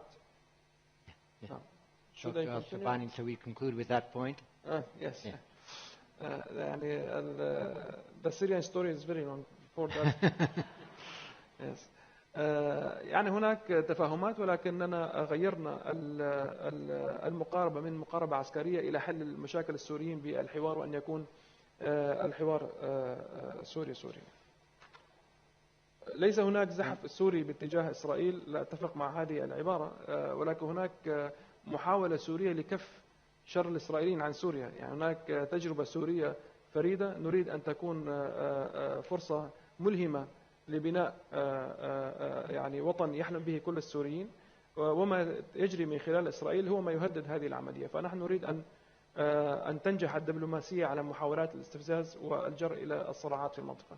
Thank you so much, Dr. al-Shibani. And may I conclude this session with one personal reflection, which is that it's a bit banal for a conference chair to say it's an honor to chair a panel. But I have to say, in 22 years, in a couple of dialogues, I think I've chaired about 287 ministerial panels, and because of the clarity of strategic thought and the elegance of policy expression, this one, I hope you will all agree, was right at the top. Thank you very much.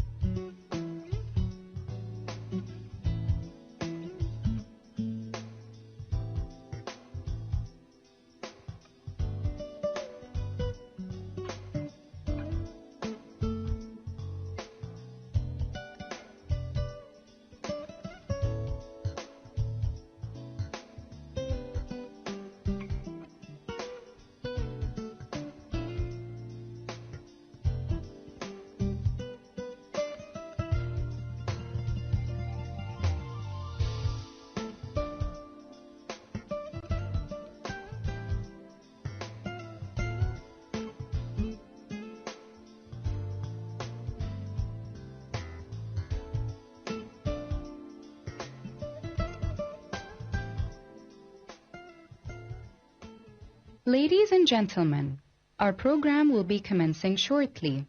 We invite you now to take your seats in the ballroom and switch your communication devices to the silent mode. Thank you. السيدات والسادة الحضور، سيبدأ البرنامج بعد قليل. نرجو من حضراتكم التكرم بأخذ مقاعدكم في القاعة وإغلاق جميع أجهزة الاتصال أو تحويلها إلى وضع الصامت. وشكرا.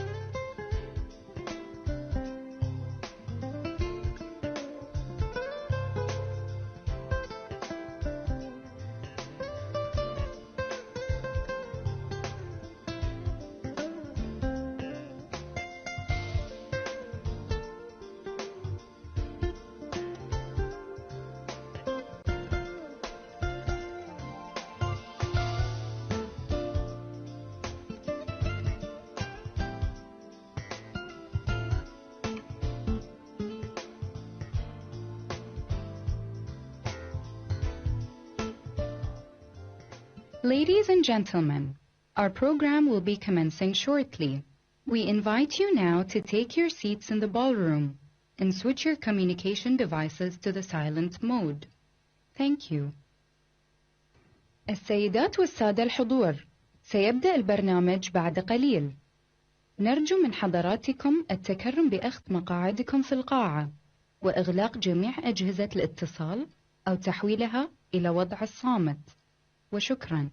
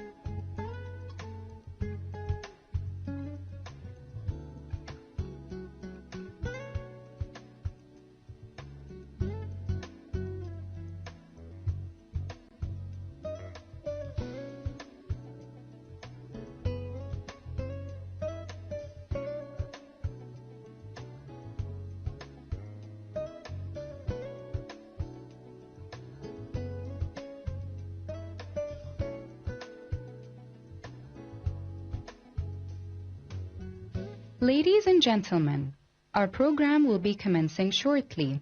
We invite you now to take your seats in the ballroom and switch your communication devices to the silent mode. Thank you. السيدات والسادة الحضور، سيبدأ البرنامج بعد قليل. نرجو من حضراتكم التكرم بأخذ مقاعدكم في القاعة وإغلاق جميع أجهزة الاتصال أو تحويلها إلى وضع الصامت. وشكرا.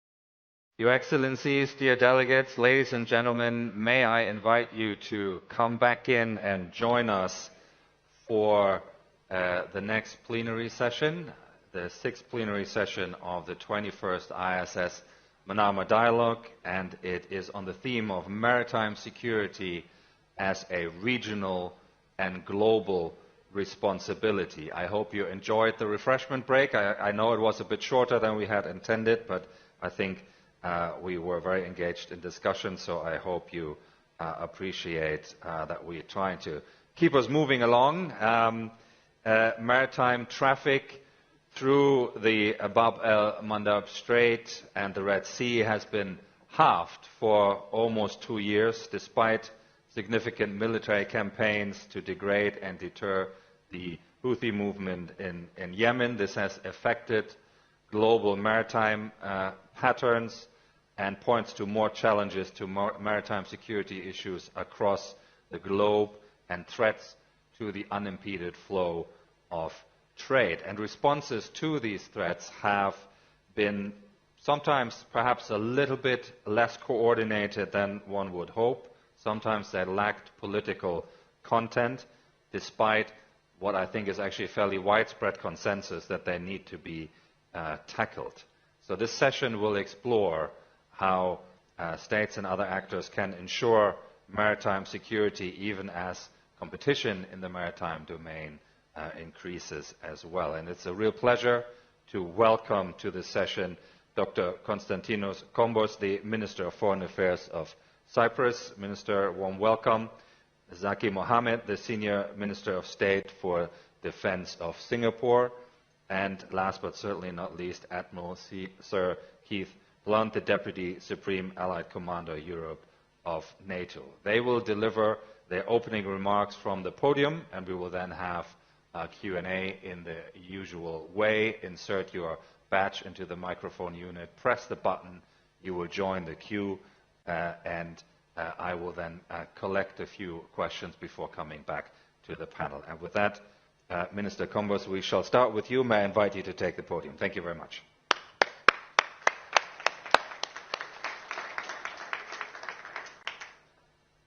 Thank you very much. Let me from the outset express my heartfelt thanks to the gracious host, the Kingdom of Bahrain, and also congratulate ISS for their excellent organization and for also focusing on the realities rather than on abstract theoretical constructs. And the title encapsulates that.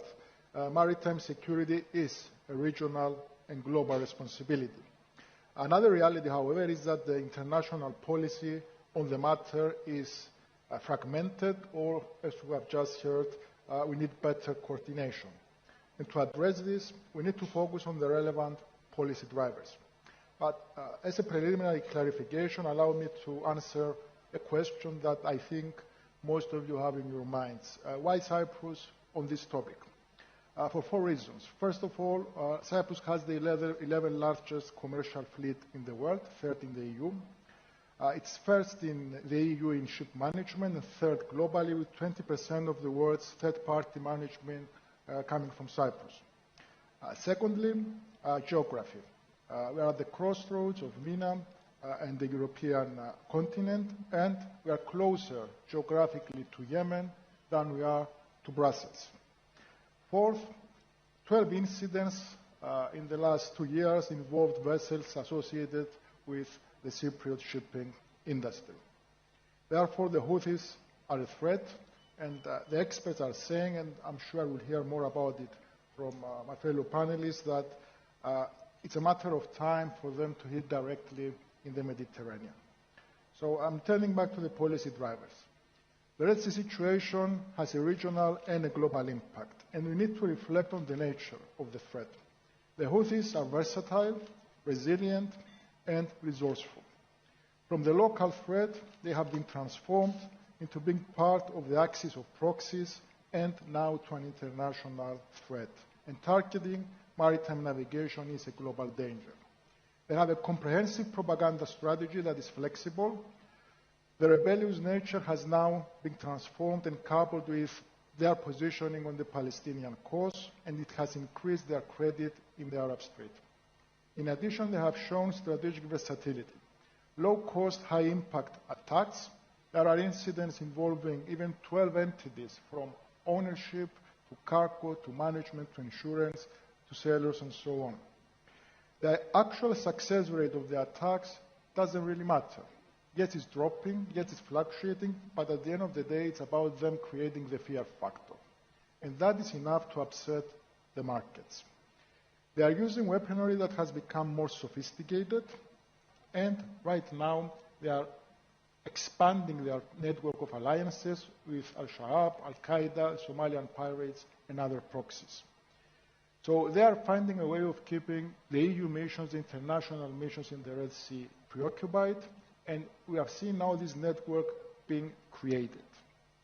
They are a sophisticated security threat with repercussions, and they have created a zone of risk that is now a reality.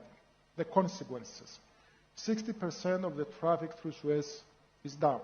60–65% decrease in traffic through the Red Sea. There is diverting, which causes more and causes delays. The regional ports have been affected. King Abdullah in Saudi Arabia in the last couple of years has shown a significant drop in numbers. And here arises one of the two paradoxes I will be referring to. The impact on the supply chain, the impact in terms of inflation. It has not been what you have all feared. It's been lower than that. But that is at the same time creating the misconception. We have thought, we are thinking rather that the threat is being under control. And this is a myopic view, for a number of reasons, one of which is the existence of preferential treatment. Chinese and Russian-related vessels, cargo, flag, and so on, are not targeted in the same way. There is increase in such traffic from these countries. Furthermore, recently the president of the International Union of Maritime Insurance, talking on the 7th of September in Singapore, stated that the insurance premiums for the Red Sea are not uniform. 0.35% of the value of the vessel for Chinese, 1% for the rest, when before the Red Sea, the Houthis started their operations in the Red Sea, it was 0.4 for the rest. So there is preferential treatment. And this brings me to the second paradox. The EU has imposed sanctions and is imposing sanctions on Russia in relation to the illegal invasion and aggression against Ukraine. The Red Sea is a blind spot in that strategy. And on this, we must take into consideration the continuing and developing situation in Sudan and the growing influence and danger from Russia and Iran over there. And events can very easily overtake us, and the Red Sea dangers could become much worse from both sides of the sea. Therefore, the political planning needs to be strengthened. Right now, it focuses only on the military aspect. At the same time, there are other connected challenges as well. Piracy, 116 incidents reported last year. 86% of them have been successful. 68% increase from the previous year across Asia. The shadow fleet as a threat to the environment, as a threat to the sanction regime that we have in place. And this is a renaissance of the flags of convenience in a very dangerous way. Third, we have attacks against critical infrastructure, including data cables and energy cables. 95% of the global data flow is through sea cables. Finally, illegal, unreported fishing. And this is a huge business in billions that is affecting especially the African continent. We have therefore a web of challenges. And we also have the state-level challenges. UNCLOS has been questioned. This affects the planning, the strategic planning in terms of connectivity projects, in terms of energy projects. And this is something that's affecting also the Eastern Mediterranean, where Cyprus is being situated. In conclusion, we need to recalibrate our approach. We need to add the political dimension to the military dimension. We need to make sure that the item remains on our agendas. We need better intel sharing. We need a better use of the toolbox and of the sanctions and financing availabilities that exist, especially at the European Union. We need better cooperation at the regulatory framework at international fora, higher intensity of reaction, and engaging with the local partners. Cyprus will be very soon taking over the presidency of the Council of the European Union. For us, maritime security is a priority. It will remain a priority during the presidency, and we will do our utmost to make sure that we start a process. The issue remains on the EU agenda, and we reach out to regional partners for that. This is exactly what the aim would be, keeping the emphasis on maritime security. And this is exactly what IISS has done today by including this item in its agenda. Thank you very much.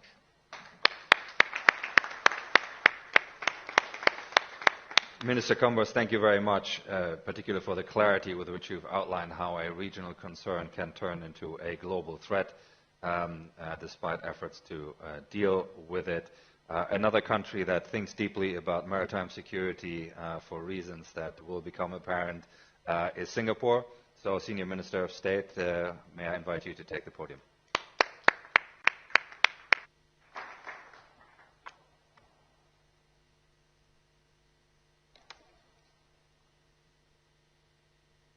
Excellencies, distinguished guests, ladies and gentlemen, allow me first to extend my appreciation to IISS and the Ministry of Foreign Affairs of Bahrain for organizing this dialogue and giving me the pleasure to speak here once again. Southeast Asia, where I come from, and the Middle East may be geographically distant, but both regions share strategic similarities. Both sit astride the world's most critical sea lanes and depend on open sea lines of communications for energy, food, and other goods. The Strait of Malacca, the South China Sea, the Strait of Hormuz, and the Gulf of Aden, these waterways are not just arteries, these are global lifelines. Any disruption in one of these areas will inevitably send reverberations across the world. It's a global thing. But worryingly, both regions are witnessing common challenges emerge in our evolving threat landscapes. In Southeast Asia, great power rivalry and maritime activity in the South China Sea and Taiwan Straits have increased the risk of miscalculation. Tensions are also present in this part of the world, in the Red Sea and the Gulf of Aden. Both Southeast Asia and the Middle East are also grappling with maritime tensions and threats from less conventional sources. Drones and missile attacks have become a serious issue for shipping in the Red Sea. Meanwhile, instances of grey zone tactics, coercion, and illegal fishing are issues we have observed in the region. Globally, our dependence on digital technologies also means that we are increasingly vulnerable to hybrid attacks such as disruptions to critical underwater infrastructure, or CUI.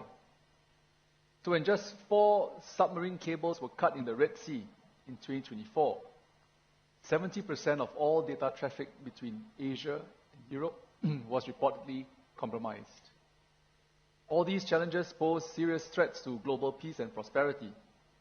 And to ensure that we can effectively address them, it is important for us to enhance multilateral coordination. But worryingly, multicultural coordination, develop maritime domain awareness, and build resilience against hybrid threats. Statecraft today is in a flux. Achieving progress in these areas will require countries to cooperate as a network of maritime states. Regional powers must combine diplomacy, deterrence, and development into a coherent strategy. So allow me to share a few examples. In Southeast Asia, we join hands with our neighbors, Singapore, Malaysia, Indonesia, and Thailand, cooperate closely to combat piracy through the Malacca Straits Patrol. Our cooperative efforts are of global importance, given that 1/4 of the world's maritime trade passes through the Malaccan Strait. Joint exercises are helpful in building mutual understanding and confidence. Recently, Singapore hosted 17 countries for exercise Pacific Reach. The exercise develops regional submarine escape and rescue capabilities, and such exercises not only build trust between the countries involved, but also to help enhance interoperability in times of need. Singapore works with partners to address hybrid threats. Together with Brunei and Thailand, we co-sponsored a concept paper on CUI security on the defense track, which the 19th ASEAN Defense Ministers meeting just adopted 2 days ago. The paper outlines guiding principles to raise awareness and strengthen protection of CUI so that ASEAN will be better positioned to keep pace with emerging maritime threats. Singapore also plays our part as a responsible member of the international community. We have participated in counter-piracy efforts here in the Gulf of Aden and the Red Sea as a member of the multinational combined maritime forces headquartered here in Bahrain. We do this because we recognize our interest in maintaining peaceful waters no matter which part of the world we are from. In Southeast Asia, we've learned that no one power can guarantee maritime stability alone. Our region's security depends on cooperation to ensure a thriving maritime nation. And here in the Middle East, you have similar networks and efforts which contribute to the overall security of global trade and shipping lanes that connect our regions. As the examples have demonstrated, there are many avenues for countries, big and small, to cooperate on maritime security issues. Now, these avenues will only open if they are built on foundations of trust. This is why dialogues are valuable.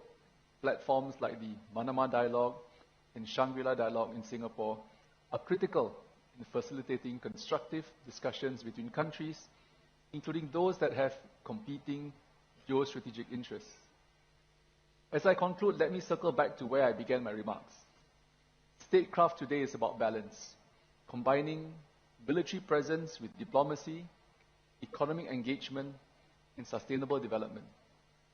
I believe that inclusive blocs will be more stable and enduring than exclusive blocs.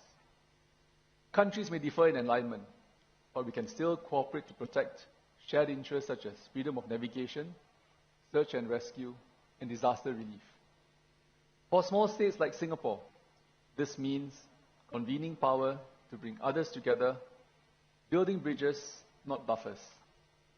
Singapore will continue to do its part through capacity building, joint exercises, and platforms that link our information systems across regions. We stand ready to work with our international partners to strengthen these links because maritime security, like the sea itself, knows no borders. From Asia to the Middle East, from the Pacific to the Atlantic, our futures are literally tied by water. Our waters connect us, and if we treat these waters as a shared trust, we can ensure that the next generation inherits not just contested seas, but a thriving and prosperous maritime environment. Thank you.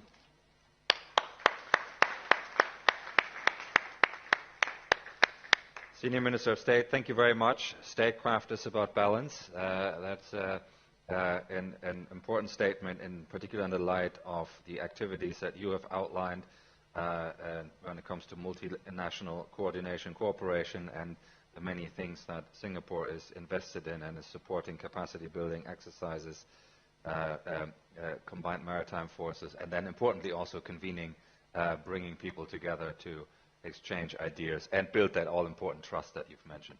Admiral Sir Keith, may I invite you to take the podium.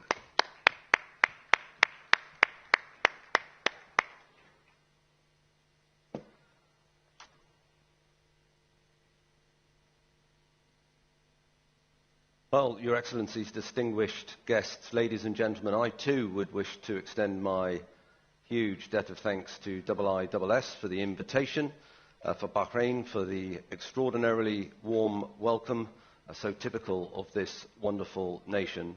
It's great to be back in the region. I am, of course, from the Royal Navy, so I'm a Brit, but I am here as NATO's Deputy Supreme Allied Commander, so I bring with me that welcome from our alliance, but also an indicator of how much we value the relationship that we have with this region and how much our defence and security issues overlap in so many ways. Now, maritime security is a regional and global responsibility. That notion of shared responsibility links directly to the shared nature of the oceans. They are the original enabler of globalization and of a globalized economy, and they remain the bearer of more than 90% of the world's trade and almost 100% of the world's data. These statistics are often trotted out. They've become almost cliched. You've heard them before. But it is worth just dwelling on them because they really matter. They really matter. And as a result, so does maritime security. We should not be surprised that the freedoms that we enjoy on the high seas also bring with them many challenges as well as the opportunities. And of course, the high seas, being the open oceans, are all linked by choke points that we have heard about previously on the panel. But here in the Middle East, of course, the Mediterranean links with this region through the Suez Canal and then the Bab el-Mandeb Strait and then, of course, the Strait of Hormuz. These very narrow choke points can be very dangerous and they create their own individual risk. So what's the approach? What is the approach to the maritime security dilemma that is a dilemma as old as the oceans themselves? Well, the first thing is we need to understand the threat. And I think, in fairness, we're pretty good at this. Piracy, slavery, migrant smuggling, and human trafficking, they're both very different, of course. Migration of various types, in fact. Drugs, arms smuggling, cyber risks, particularly in and around navigation systems, but also port infrastructures, armed robbery, sabotage, sanctions breaking of various sorts, threats to critical undersea infrastructure, illegal fishing, pollution, terrorism, state-on-state conflict. It's a hell of a list, right? It's a hell of a list. But it has not been overly challenging in keeping pace, at least with the list. Most of those things are centuries old. Some of them are new. And I have lived with the vast majority of those over my 41-year career. But what we do about them, what do we do about them? That, of course, is another thing. Well, the first thing, and I'm sure we would all agree, is to build a strong political consensus around the rule-based international order. And there are plenty of mechanisms, long existing mechanisms, coalitions, alliances, the United Nations as the bedrock, as it should be, but also NATO, the European Union, and of course CSIPA, that is homed here with the US and most recently the UK. And I could add to that the Arab League and the GCC itself. All of these structures exist partly or in whole to underline and reinforce the importance of the rule-based international order, but it does require compliance. Frameworks are one thing, but if people are prepared not to comply, either at the state level or the non-state level, then of course we have a problem, and that problem is very existent in all the forms that I've already outlined. Finding the threat requires a slightly different approach, and this is where the military become very active. You have to go and look for it, and to look for it, you need to be cued onto it, because finding ships is not as easy as you may think, if it's a ship you're after, of course. If every warship in existence in the world right now were at sea, individually, spaced equally from each other, they would be about 500 miles apart. That's the scale of, that's a ChatGPT stat, by the way, so you can apply your own measure to the likelihood of that being. But I kid you not, the vastness of the oceans and sometimes the responsibilities placed on the militaries to be able to search them really sits in tension. We really cannot be everywhere, so we do need some help. And it's in our ability to use satellites, it's in our ability to be able to use aircraft, it's in our ability to be able to work with each other that we can start to build a picture. And there are plenty of frameworks and organisations that help in that. Interpol, Europol, Frontex as an example, plenty of United Nations activity in that, bilateral agreements, intelligence sharing arrangements and various agencies. They all bring with them opportunities. But as we have already heard, you can have all of that. But if those frameworks are not populated with the information that we need, then they basically add up to very little. And that requires nations, institutions to be ready to share information with each other. And of course, this is very much a case of risk versus reward. People don't necessarily like to give away information for fear that it is going to be misused. And I really acknowledge that. We see it in the military intelligence world all the time. However, I can say confidently in the military intelligence world that generally we have misplaced the threshold.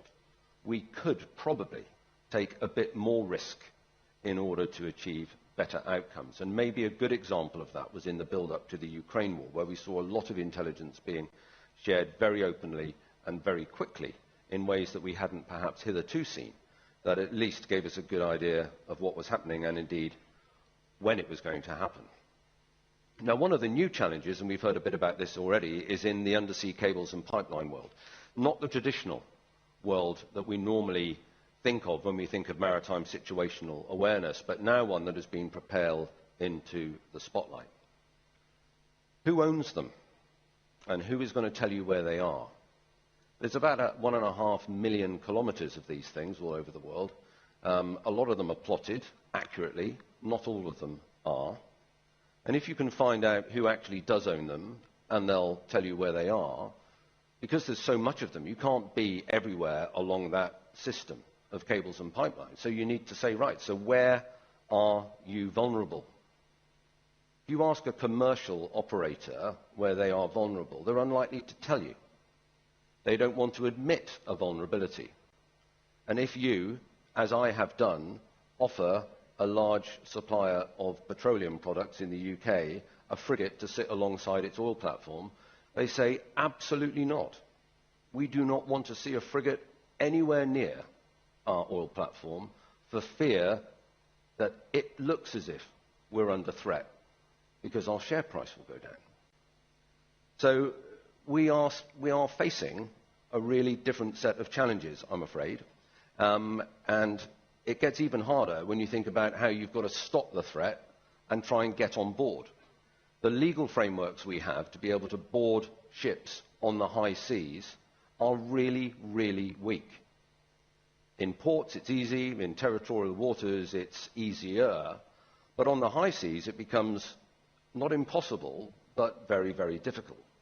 We typically rely on the United Nations Convention for the Law of the Sea, Article 110, which allows us to jump on board a ship in the middle of anywhere if we suspect it of piracy. So that was very helpful in this region at the beginning of the 2010s. Piracy was one of those legitimate reasons to jump on board. Slavery is another one. Illegal broadcasting is a third. And if you think a ship isn't flying the flag it should be flying or is flying no flag at all, you can get on board to verify its nationality. But that's basically it. Beyond that, if you want to jump on board a ship on the high seas, you need the permission of the flag state, or, and often it's and, a UNSCR to enable it. Neither of those are easy to come by. So when we start thinking about things like the shadow fleet and trying to really get to grips with it, we in the military are often called upon to jump on board. It's really hard, far harder than you would think. And if you do get on board, as the Finns did with the Eagle S that it brought the crew to trial on recently in Finland, it's a really risky prosecution, as the Finns found out, because they were unsuccessful. And the crew of that vessel that was suspected of raking up cables and pipelines in the Baltic ultimately were released. And to add insult to injury, the Finnish state picked up the court costs that were over $200,000. Now, recently, the French have taken a vessel. There'll be another trial, and we'll see how well we get on with that. So these trending issues are tricky. And I'll wind up just by saying there are some practical things we can do. Of course there are. We need to enhance the inclusivity and purposefulness of our dialogue. Now, I'm here for the very first time as the Deputy Supreme Allied Commander of Europe. I mean, I'm the first ever DSACUR to come here. I was joined yesterday by the chair of the military committee, the most senior serving military officer in the alliance, and our special representative to the southern neighbourhood. As I said at the beginning, and as I will reiterate, we really know this place is important. And the Istanbul Cooperation Initiative, of which Bahrain is a member, of course, is just one of the ways. There are many others that we demonstrate that. We must invest in capability and technology to make our maritime situational awareness more effective, to protect our cyber networks, our own cyber networks and information systems, in a way that at the moment we are not doing as well as we could. And that information must be shared, And that requires nations that like each other and sometimes nations that don't like each other to actually be prepared to do it. And although the rules-based international order is under threat, we must not lower the bar. We have to maintain the standards that we hold dear. So, Your Excellencies, the sea connects us. It should not divide us. It carries commerce, energy, and of course, a bit of risk. But with that comes opportunity. This forum is part of that opportunity, and together we must ensure that we use it as just one way of continuing to promote the importance of getting maritime security right. Thank you very much.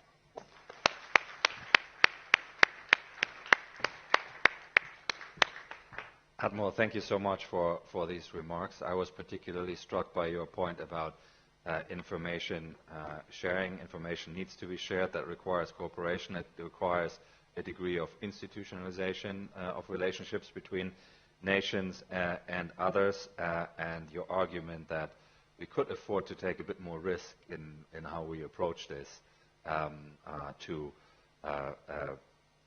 craft efficient and effective responses to the threat that in its many facets, as you said, is a long list, but perhaps not an entirely surprising list. So let us get into that. And I have a number of people who are already on the list seeking the floor, so I'll see that I get as many as possible in, and then we'll return to the panel for responses. And the first one is Paimana Asaad from the UK. Paimana. Thank you so much. My question is to the Admiral. The Houthis continue to target commercial and strategic shipping in the Red Sea. How does NATO view its role in supporting regional partners to protect maritime trade and ensure freedom of navigation while respecting the primary security responsibility of coastal states, considering the 5 joint naval and airstrikes against the Houthis conducted by the United States and the UK to protect trade in the Red Sea? Thank you. Thank you very much. And from Oman and the Young Leaders Group, Hailana Al-Busaidi. Good evening, everyone. I have one question for the panel. How does the CMF, which is a combined force of 47 nations commanded by the U.S. Navy, maintain its efforts in blocking the weaponizations of the Houthis? Thank you very much. From the UK, John Chipman. Yes, thank you. My question is to Admiral Keith and also to Zaki Mohammed. A couple of years ago at this event, General Eric Kurilla, then the CENTCOM commander, placed great emphasis on new defense technologies in carrying out his mission here. So I wonder, what are the defense tech use cases that are most relevant to the provision of effective maritime security? Undersea, on sea, in the air, in space, robotics, sensors, enablers, AI-supported situation awareness. What would ease your task? What are the defense tech use cases? So perhaps you don't need to put a frigate over a cable, but put something a little bit more discreet that can even do more than a frigate can do. Thank you very much, John. And from Lebanon, Agnes Hilou. Agnes, hello, Breaking Defense. My question is for the Admiral. So I want to ask about the NATO office in Kuwait. How does it enhance the security of the shipping lane? And Mr. Shipman have preceded me to the second question. I was going to ask about the unmanned surface vessels, if they are already deployed in the Red Sea and the Arabian Gulf, and or underwater vessels. Thank you. Thank you very much. From the Netherlands, Welle Nouns. Thank you, Bastian. My question was for Senior Minister of State of Singapore, Zaki Mohammed. Two questions for you, sir. First, how are you seeing hybrid threats as a tool of national power evolve in Asia, and what are your concerns around the trend lines there? And then secondly, I also had a question about new technology, particularly Singapore's next-gen maritime technology in terms of autonomous underwater vehicles and unmanned surface vessels. How can they help foster greater maritime security, not just in Asia, but also in this region, particularly if we think about the cross-regional security interlinkages, not least in the space of undersea cables? Thank you. Thank you very much. From Egypt and the Young Leaders Group, Sarah Al-Manawi. Sarah. Thank you, Your Excellencies, and good morning. I want to ask about a recent statement by the Egyptian Foreign Minister about the Red Sea security, and that it should be governed and only governed by states bordering the Red Sea through the Red Sea Council rather than any external security architecture. My question is, since maritime security is obviously a global concern, how do you think a balance should be struck so that sovereignty does not lead to isolation and responsibility does not lead to vulnerability? Thank you. Thank you very much. There are a lot of people on the list. I might take 3 or 4 more before we get a set of responses in. Robert Ward. Thank you, Bastian. A question for Senior Minister of State Zaki Mohammed, if I may. Japan's new Prime Minister is already taking a highly proactive position on building out the country's defence and deterrence capabilities, and plans to revise Japan's national security strategy next year. Given this, if you were able to speak to her now, what would you ask Japan to do more of to help support maritime security in the Indo-Pacific and beyond? Thank you very much. From Indonesia, Maxine Utomo. Thank you very much. Good morning. I have a question to the panel about the new UN Treaty on Marine Biodiversity Beyond National Jurisdiction, the BBNJ. Which will enter into force actually in January following the ratification last month by Morocco. So the question is, what is your outlook of this BBNJ treaty as a confidence-building measure to build global maritime responsibility? Thank you. Thank you very much. And the last one in this round, I'll take Nick Childs. Thank you, Bastian, and thank you to the panelists. You all, in your different ways, I think, underscored the global stakes in maritime security, but also the huge complexities. In terms of upholding freedom of navigation, there tends to have been historically a sense of the usual suspects, the traditional naval powers turning up to try and defend these principles.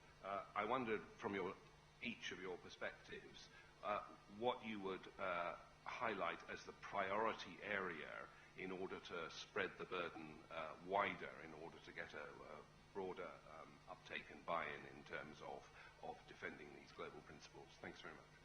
Thank you very much. I'll go in reverse order for first set of responses, and then we'll return to the impressive list here of people who want to get in. Admiral, may I turn to you first? So NATO's role in protecting Red Sea maritime trade, the technology questions which came in 1 or 2 ways. There was a question on Kuwait and NATO, and I think maybe we'll start with those. Okay. Great questions, and I think that the way that NATO operates is typically, but not exclusively, within its area of responsibility. So that does not include this region, but it has been expanded, of course. Afghanistan would be one example. Piracy would be the other, but not yet the Houthis.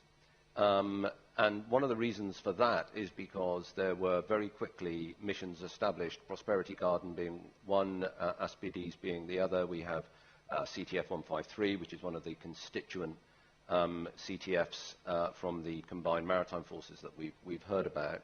And the way that NATO supports those is by giving it some of their ships. So as the guy that is responsible for force sourcing and force generation for the alliance, the first thing that I saw when the Houthis got busy was the number of ships that I had at my disposal reduce. So there was a UK Type 45 destroyer down here, for example, that would have been with me had it not been down here. So we definitely support, because there's one force structure in the alliance and we use it for pretty much everything, whether that is under a NATO flag or not. CMF is is a wonderful demonstration of the way in which maritime nations and indeed maritime capabilities can get along really well and unite around a number of different activities, whether that is 152 up here in the Gulf, or 151 with piracy, or 150 doing effectively counter narco, 153 up in the Red Sea. And when I was here as the deputy commander of the CMF, there were 32 nations, and as we've heard, there are now 47. So that's great. However, that is not a legal or a political union.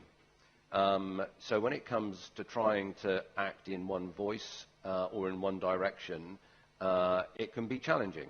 And also, I would say, within it, there are a lot of different types of warship. If you are serious about being able to shoot down ballistic missiles or cruise missiles in a very confined area like the Red Sea, you better turn up with the right kit, because otherwise you're going to get hurt. And there are not many nations that can actually put themselves in the firing line where that comes to pass. And some of those nations would admit that, and within the CMF, I feel sure. Kuwait, the Kuwait office, absolutely brilliant. We've got a great college there as well that is all centered around the Istanbul Cooperation Initiative.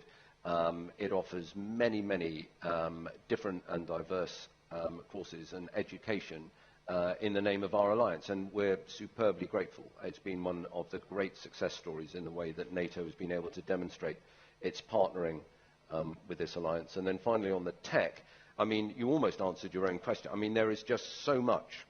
And I would say that what we're learning is that redundancy in the way particularly that cables are laid is really, really important. So the ability to be able to reroute data almost in stride is extremely important. Internal surveillance of pipelines has become pretty trendy, and we've got some nations now that are able to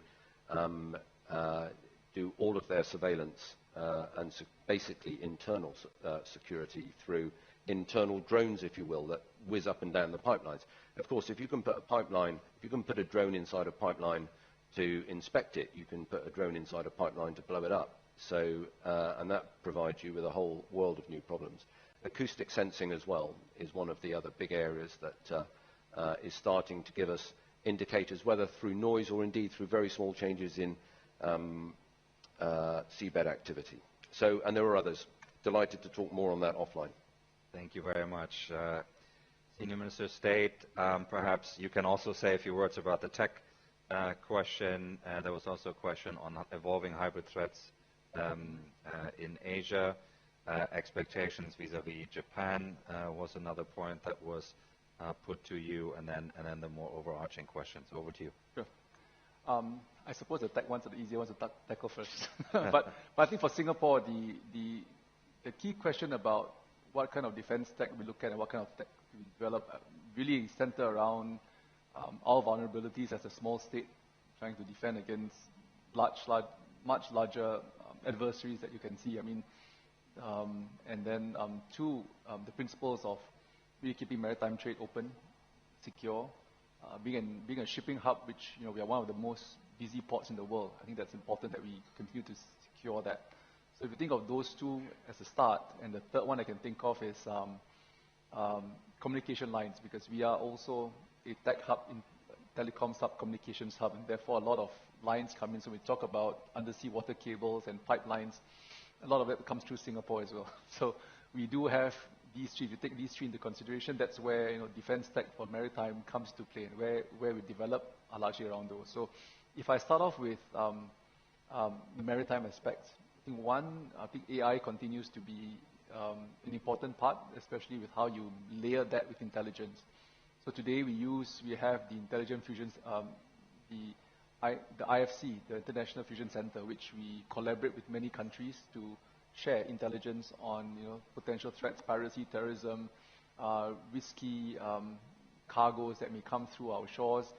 Those are, I think, as a start, one way in which we can enhance intelligence sharing, where we alert countries, where we also board ships and use intelligence data to assess threat way in advance before they hit Singapore shores, for example, because these are aspects in which, in the busy ports or busy strait, you don't want to have threat levels or having to take action within your congested sea lanes.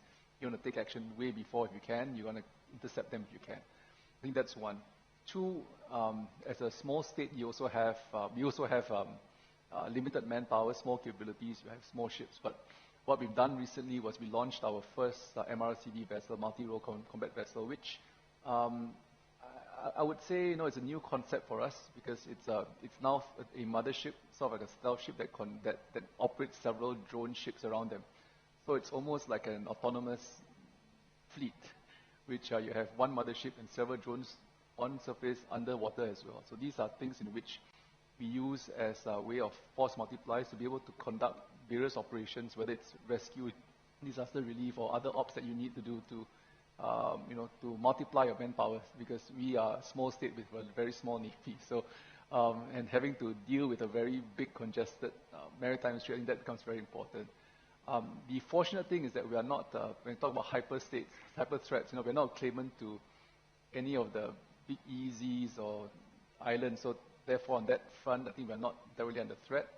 But I think that, as I said earlier, military presence has to balance diplomacy, and that's statecraft today.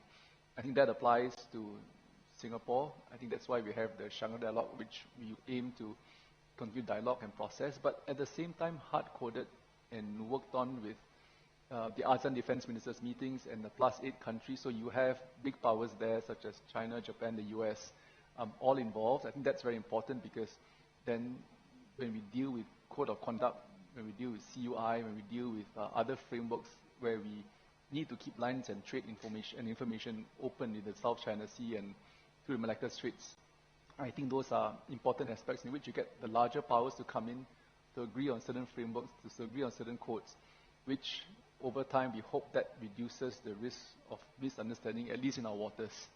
Right? So those are important aspects. So it's not just about the technologies I described earlier, but I think it's important to have codes of conduct and certain agreements and frameworks in place so that we put up guardrails, we have certain understandings that we can come to, even with not just within the ASEAN states, but also big powers. On CUI, in my speech I spoke about how ASEAN states came together to agree on how we will work on CUI, because I think underwater infrastructure becomes very important to us. Many of us are dependent, as we spoke about earlier, when one of the communication lines was cut off in the Red Sea. I think you had communication between Europe and Asia being affected. And that, I think, will affect not just Singapore if something would happen to us, but also the rest of the ASEAN states. So initially, we didn't think that, we thought it would take a lot longer to get everyone to agree, but I was surprised that within a few months, we got this moving within ASEAN. I think everyone recognizes the critical importance of communication lines, gas pipelines, and other infrastructure within the busy straits. So I wouldn't say that things are perfect, but I think that dialogue helps us to get these conversations starting, get everyone understand to a certain baseline that's required to keep the defense mechanisms and how we do trade, communication lines, and all these engagements on an even keel. And lastly, I just want to say that with the on Japan, yes, there was a question on Japan as well. I can't speak for Japan, but I can fully understand why they would be thinking of expanding their military presence, because for many years since the World War II, they have always been kept within a framework where they are a self-defense force. So with the force portion now, and I think there is certainly appetite within the country to now think about building their own defense force. I can see why as well, because they are contesting on two fronts. On one hand, you've got China, and on one hand, you've got Russia, so there are contested islands on both sides, which I can understand. But if there's something I would say to the Japan Prime Minister would be, balance a military presence with diplomacy. I mean, while I can understand the need to defend your country, defend your people, but I think it's important that dialogue continues with your neighbors and other powers. Thank you. Thank you very much. Minister, if I can turn to you, there were a few high-level policy and strategy questions, and maybe as Minister of Foreign Affairs, you're best placed to answer those. There was a question about the balance between sovereignty and responsibility in maritime security. There was a question about treaties like the BBNJ as confidence-building measures for maritime responsibility, and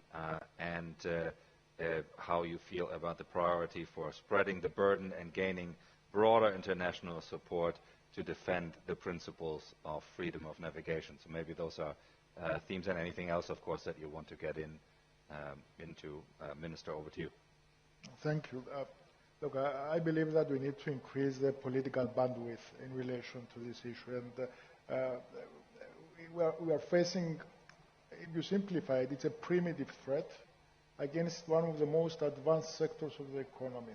So we are talking about introducing technology as a way of countering what's happening. And in my speech, I tried to raise the issue that the Houthis are using very low-cost technology. They are now, of course, adding to that capacity. So how do you try and tackle that? First of all, the military, all the technology, the intel sharing is critical, as the Admiral has said. But I believe that what you have been lacking is the political discussion, the political discourse that would support and provide the necessary tools. And there are interesting questions relating to diplomatic collaboration. There was a question about respecting sovereignty, how you balance that with international forces. There is concern in some countries in this part of the world that there is an over-militarization of the Red Sea. So all of these, I believe, are issues that could be part of a very focused dialogue. And in a sense, I totally agree that we need to have more burden sharing, because everyone, in one way or another, is affected by what is happening. There are countries that have the capacity, the military means. Other smaller countries do not have that. They could have the industries, but the information sharing, the use of technology, clever kind of ways of tackling what's happening, the financing of these operations. All of these, I believe, are issues that we could add to our toolbox. There is also, as I made the point earlier, the political signaling.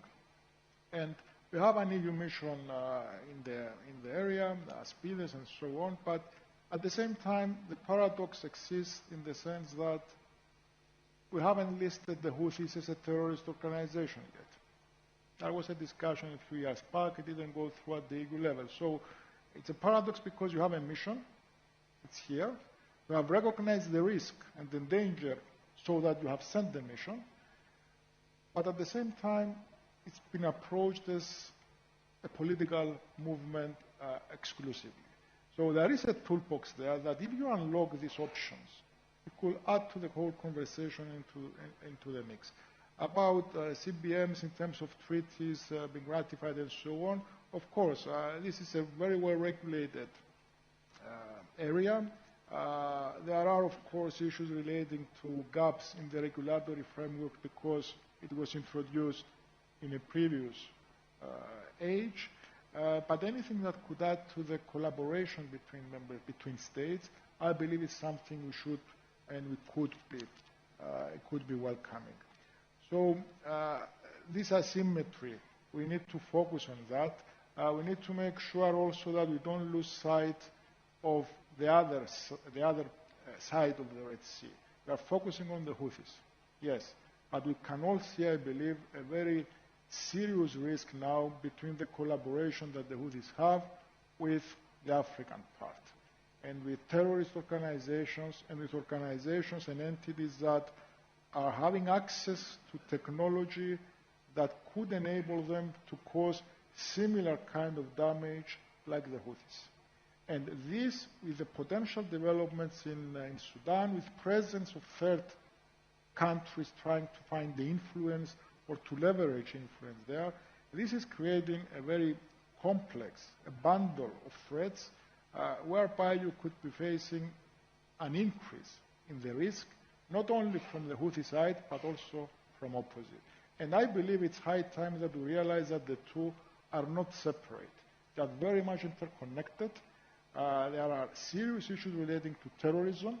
There are serious issues relating to smuggling, issues relating to various other forms of violations of the basic principles underpinning the freedom of navigation. So a final point, for this to work, I believe we also need to make sure that we use all possible tracks. It's not just about diplomacy, but it's also not about the military aspect. There is something in between, and this is something also that I think we should be focusing on. Thank you so much. So we'll take a second round of questions. If you can aim to be crisp and brief, then we'll get more people in. And the first one is Mohammed Al-Basha. Yeah, my colleagues already asked the questions regarding what the NATO and the EU could do. But I just wanted to say to the Cyprus foreign minister, your remarks today on the Houthis was a breath of fresh air. And I want to just confirm to you that you're actually absolutely right, that the Houthis now are using civilian dual usage equipment to build a bigger industrial military complex. And they're testing more, this week even they're testing more anti-ballistic ships. They're doing a lot of more things that eventually within maybe this year or next year they could reach the Mediterranean and beyond. So just to touch base, what is everyone trying to do with the local partners that they have in Yemen? I know that the government in Yemen is dysfunctional at this point, but what are some of the things they could do, and especially that we're seeing an uptick in interceptions of military equipment, missiles, drugs, human trafficking, but I'm not really sensing a lot of involvement from the Asian side or on the European side, with everybody just focusing on what the Saudis or the Americans would do, and most of the interest actually in the Red Sea is more connected to Europe and Asia. So thank you. Thank you very much. And from Qatar, Sultan Al-Muhannadi. Thank you. My question to the panelists is, given the increasing involvement of private actors in maritime security, from commercial shipping to data sharing, how can governments ensure public-private partnerships reinforce rather than complicate maritime governments, or as said by Dr. Combs, over-militarization of maritime governments? Lastly, if I may, another question. How can states improve information sharing and joint patrols without compromising sovereignty? Thank you. Thank you very much. And from Bahrain and from the Young Leaders Group, Mona Al-Risais. Thank you. Do you see the Istanbul Cooperation Initiative as still relevant for today's maritime security environment, given the increased complexities and heightened tensions? And are there any plans or discussions to encourage the other GCC states that are not, signatories? And also, we also have multiple multinational maritime missions operating in overlapping theaters. Is there a risk of fragmentation or duplication? And are there mechanisms to ensure strategic coordination rather than parallel efforts? Thank you very much. From Germany, Wolf Christian Paes. Yeah, thank you very much. Bastian, question for Mr. Kombos. You very eloquently spoke about the challenges in the Red Sea and also the links between the Houthis and African actors. My question to you would be, is the European Union doing enough to face it? Because I recall comments by Rear Admiral Kaparis, the commander of Aspidis, multiple times, that there are not enough ships at his disposal, that certain European nations are very reluctant to deploy what they had once promised. And I sense a split within the European Union between the sort of southern Mediterranean states like yourselves and the Greek colleagues, and much of the rest regarding the threat assessment. And a related question would be, seeing that there seems to be a degree of integration between the Houthis and African actors, wouldn't it be time to merge the two naval missions that the European Union has, Aspides and Atalanta? Because maybe there are some efficiencies there if, we would have at least 5 warships at our disposal rather than 4 and 1. Thank you. Thank you very much. And from Kenya, John Kiswa. Thank you very much. Just to reiterate on the importance of information sharing. Last week, Kenya Navy was able to intercept a dhow about 400 nautical miles off Mombasa through a regional coordination mechanism where we have an information fusion center in Madagascar and a regional information correction operation center in Seychelles. Through that coordination, we were able to seize that dhow that was carrying drugs worth about $63 million. So the Western Indian Ocean is a very fast region, which also offers us an alternative to the route affected by the Houthi threat. Just a question to the panelists. What is the international community doing to assist coastal states that have limited capability to be able to respond to these maritime threats, particularly in the Western Indian Ocean? Thank you. Thank you very much. And from the UK, Dom Morley. Dom. Thank you very much. I have a question that follows on a bit from Sir John's observations around the adoption of technology in navies. We've just seen the UK's carrier strike group complete, or nearly complete, a global deployment over 9 months, conducting the freedom of navigation, the PASEX type training, and the people-to-people relationships that deployment has generated.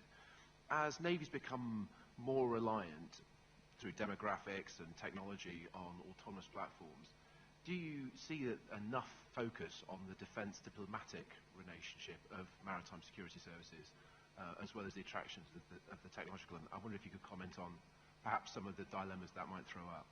Thank you very much. Final one I'll take is from Japan, Wakana Asano. Yes, thank you so much.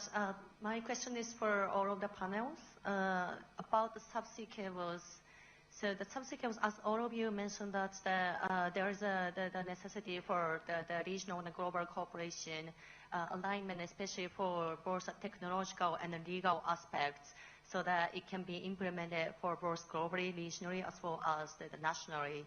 So I would like to ask a question that's how do you plan, how you expand your regional and international alignment and cooperation in terms of subsea cables and the data sharing? Thank you very much. So we've got exactly 9 minutes left, which means 3 for each. Zaki, if I can start with you in this round, and then Admiral, I'll come to you, and the Foreign Minister has the concluding thoughts. Sure. With you. I think mine, I'll just start off with the IFC. I do understand some of the concerns on how you use naval intelligence and how that can be better enhanced for countries that may not have the capacity. In fact, I think that's one of the reasons why we set up the IFCs. Singapore is one, for example, where we've got about 40 plus countries and about 24 countries deploy officers within our office, and some come as far as the US sitting there. That helps us as well. I think where you're able to carry information back to your countries and share across a network of IFCs. So I understand there's one in Africa or India that also manages that area too. I think this is important because ultimately, it's hard for just 1 or 2 countries to pick intel on their own. But I think if you can get information out quicker, I think that would be useful. One, but I think 2, the key thing, as I spoke about earlier, AI and intelligence will be very key, because then you want to be able to sieve out intelligence or preempt assessments or be able to preempt threats before they even happen. I think that would be very useful too. But I think, as Keith alluded earlier, sometimes some of these boats are a bit harder to detect because they are far out at sea and they may not carry the relevant signatures, and therefore it's always a challenge out here. But I think for us in Singapore, I have to admit, it's easier for us because it's a managed space. The Straits of Malacca and and as well as South China Sea. I mean, it's bigger, but they are quite narrow in the sense that you are able to monitor them. But I think collaboration is key. As I mentioned earlier, with the CUI as an example, we talk about ASEAN states, we talk about where the cables are, how do where do we defend against. I think the level of cooperation is important, because it's not just about diplomacy. I agree with Minister for Cyprus, but it's also about building trust. And to that level, beyond just building diplomacy, putting agreements in place, I think joint exercises, being able to do things together, I think builds that trust levels. And same thing with the carrot strike group question too. I mean, Singapore is a beneficiary, and they've come by as well, and we've done FPD exercises with them. I think that also enables not just the UK and Singapore, but countries around to also better understand and better, work as you work on exercises. I think that also builds trust amongst various forces, and that I think creates more value than just frameworks and agreements, if you ask me. Thank you. Thank you very much. Admiral Keith. So thank you. So just a few bullet point answers to some of these questions. The risk of information sharing and sovereignty, yeah, it's a risk, I accept, but there are plenty of demonstrations of how that has not been a material risk, and I would cite the Five Eyes intelligence group as one of those groups that shares extraordinary amounts of intelligence, and I'm sure they all feel sovereign. ICI, I still see it as relevant. I'm here because of it, or partly because of it, and of course we maintain active dialogue with the nations that are not signatories in the hope that they would be, those being Saudi Arabia and Oman. Fragmentation risks in overlapping maritime operations, always, it can be a bit of a bugbear for us in the military sometimes. However, I would use the example of counter-piracy as one where the structure of the shared awareness and deconfliction meetings that used to be hosted here, one most recently in Qatar, where you would sit the EU down with the CMF, with NATO, with nations that were not in the CMF at that point, like India, with Russia, with China, and we'd actually sort ourselves out to make sure that we didn't pose a risk of fragmentation. That worked really rather well. Europe being prepared to send warships down here. Things are pretty busy in Europe right now, and I will return to the office in a few days to further threats of airspace violations, the shadow fleet, underwater infrastructure going bang, and various other things. So it's not a case of Europe not wanting to do more, it's simply a case of stretched resources. And this is why when I joined the Royal Navy, if I'd asked the First Sea Lord, the head of our naval service, to name all of the ships in the Royal Navy, even as the First Sea Lord, I expect I would have won a bet that he would not have been able to do it, because we had too many ships. Now if I asked the head of the Royal Navy to name all of the ships in the Royal Navy, he would do it in a heartbeat, and he's a Royal Marine. So imagine how easy that challenge is today, and that is because we just have disinvested. We do not have enough warships, and that's why NATO has set a new defence investment pledge, 3.5% on core military capability by 2035. In the UK, that would see a doubling in real terms of our defence budget. And that's one of the reasons you don't see warships everywhere you would like to see them. And I'll just finish on these subsea cables, right? One of the things that nations can do, and those representing government departments and ministries here, do take some time to polish off your ability to deal with that as a crime, and make sure you really understand where your rights are comparing your exclusive economic zone, your contiguous zone, your territorial waters, who's going to take responsibility for it? Do you have the prosecution lawyers that are trained to prosecute in that particular area? So are you internally structured to deal with this? Because there's a lot of talk about it, but I promise you that is challenging, and it has proved to be the case in incidents in and around Europe. I'll close there. Splendid. Thank you very much. Foreign Minister. Yes, telegraphically. I mean, we need to act with a sense of urgency, I believe. I agree that there is a fragmentation in terms of strategy and policy. There is duplication at the same time. I sincerely think that we need a strategy. We have too many. Everyone is trying to do it on their own, and I think that this is something that we could work together and try and divide somehow the workload. And for that to take place, of course, you need the political backing. Unfortunately, and this is the answer to the question whether the EU is doing enough or not, it certainly can do more. We can all do more. The main problem is getting the issue on the agenda, exactly because there is a different assessment of threat based on geography to a large extent. So right now the EU threat assessment primarily is towards Russia with what's happening in Ukraine.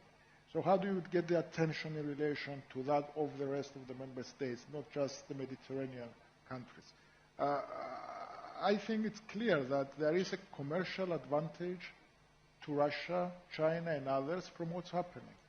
We don't have a horizontal kind of situation where everyone is at the same risk. And this is not a political analysis. This is if one looks at the numbers from the underwriting in relation to the risks for vessels going through. It's clear that there is a differentiation there. So we have to have this conversation. We need to do more. Having more assets in the area would be the logical answer, perhaps. But going back to the point I made earlier, the threat we are facing and the technology we have against us doesn't necessarily mean that we have to operate on a level of warships. There could be some more imaginative way. I mean, the experts are here. But it's not like we're facing a military force in the conventional kind of way. What they are doing is they are creating a danger zone, the risk of being attacked. And this is something that's extremely difficult. So politically, we need to give the green light to the people on the ground. We need to give them as much of the resources as they need. We need to focus on intelligence sharing and preemptive action, and we need to have the conversation so that we can come up with one single holistic strategy. Splendid. Thank you very much. That concludes our sixth plenary session. May I invite you to thank our speakers for a fantastic session. Thank you.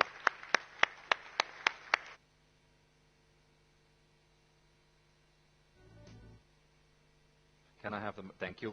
We have a very short staging break now, and we'll immediately turn it over into our concluding plenary. The speakers are in the room, so don't go anywhere. We'll continue right away. Zaki, thank you.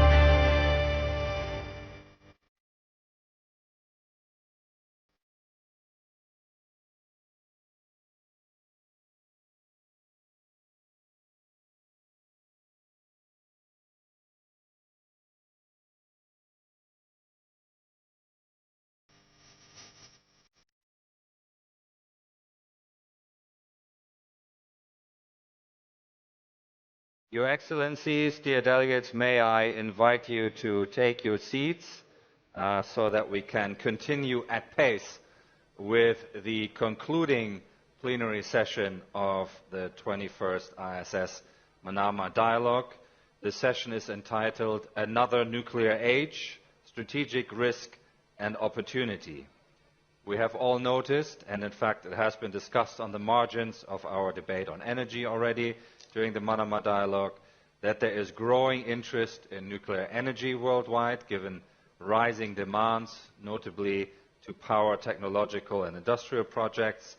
Many governments are embarking on new civilian energy programs and are considering the deployment of new designs for smaller nuclear reactors. In parallel, fraying global security and questions about the relevance of global non-proliferation rules are prompting new thinking about nuclear deterrence and the merits of military nuclear programs. And I would add that recent conflict and war, in fact, certainly in the case of Russia's invasion of Ukraine, but also Israel and Iran, has probably, if anything, underlined the importance of nuclear weapons and the nuclear component of deterrence. So in this session we will discuss the merits, trade-offs and risks inherent to emerging nuclear ambitions, civilian and military.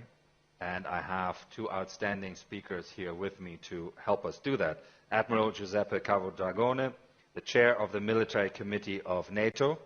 In this role, he is the principal military advisor to the Secretary General of NATO and NATO's most senior military officer. As you will know, he was Italy's Chief of Defence Staff from 2021 to 2024, and he was Chief of the Italian Navy from 2019 to 2021. And we have, to my left, Ana Berchal, the former Deputy Prime Minister and Minister of Justice of Romania, who currently serves as a presidential advisor to the government of Romania, and also, I believe, to Romania's nuclear energy companies, who are part state-owned, if I'm informed correctly. So we'll have a fantastic blend of experience. Admiral, may I invite you to take the podium and deliver your remarks. Thank you very much.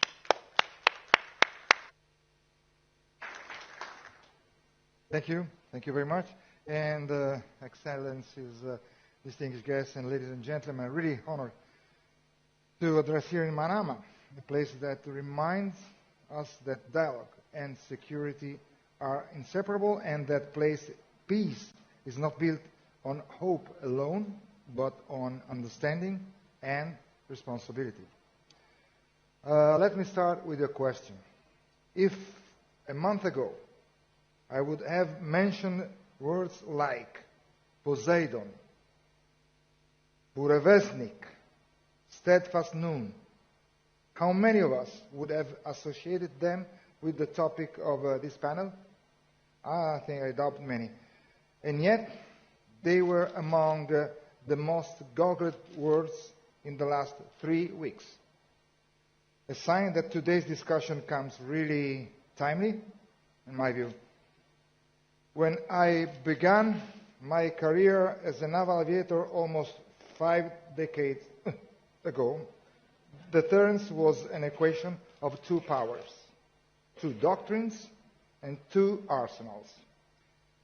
The logic was severe, but in a way, more predictable. Fast forward to today, we notice that we are in a much more complex, dynamic, and potentially more unstable age. An age shaped by emerging and competing threats that, by extension, if not handled carefully, could endanger us all. As I said, the Cold War's nuclear order was binary and therefore, in a paradoxical way, stable. Since the end of the Cold War, allied nuclear powers have reduced the number of their nuclear warheads in Europe by over 90%. This is because NATO allies support the ultimate goal of a world without nuclear weapons. But allies have also been clear. As long as there is a nuclear weapon in the world, NATO will remain a nuclear alliance. In today's world, deterrence has become a mosaic of actors, technologies, and perceptions. Russia uses nuclear rhetoric as a tool of coercion. China expands its arsenal under veil of secrecy. North Korea continues to defiantly test its nascent nuclear capabilities. And it has teamed up with Moscow and others who are determined to uproot the rule-based international order that has shaped the world we have flourished in. And let's not forget Iran, who continues to provide support to Russia in its war of aggression against Ukraine, to defy various UN Security Council resolutions on non-proliferation, and not to fulfill its legal obligation under its non-proliferation treaty. This is why the NATO alliance remains committed to ensuring greater integration and coherence of capabilities and activities across all domains, while reaffirming the unique and distinct role of nuclear deterrence. So we are not revisiting the past. We are navigating an entirely new strategic environment, one that multiplies risk through uncertainties.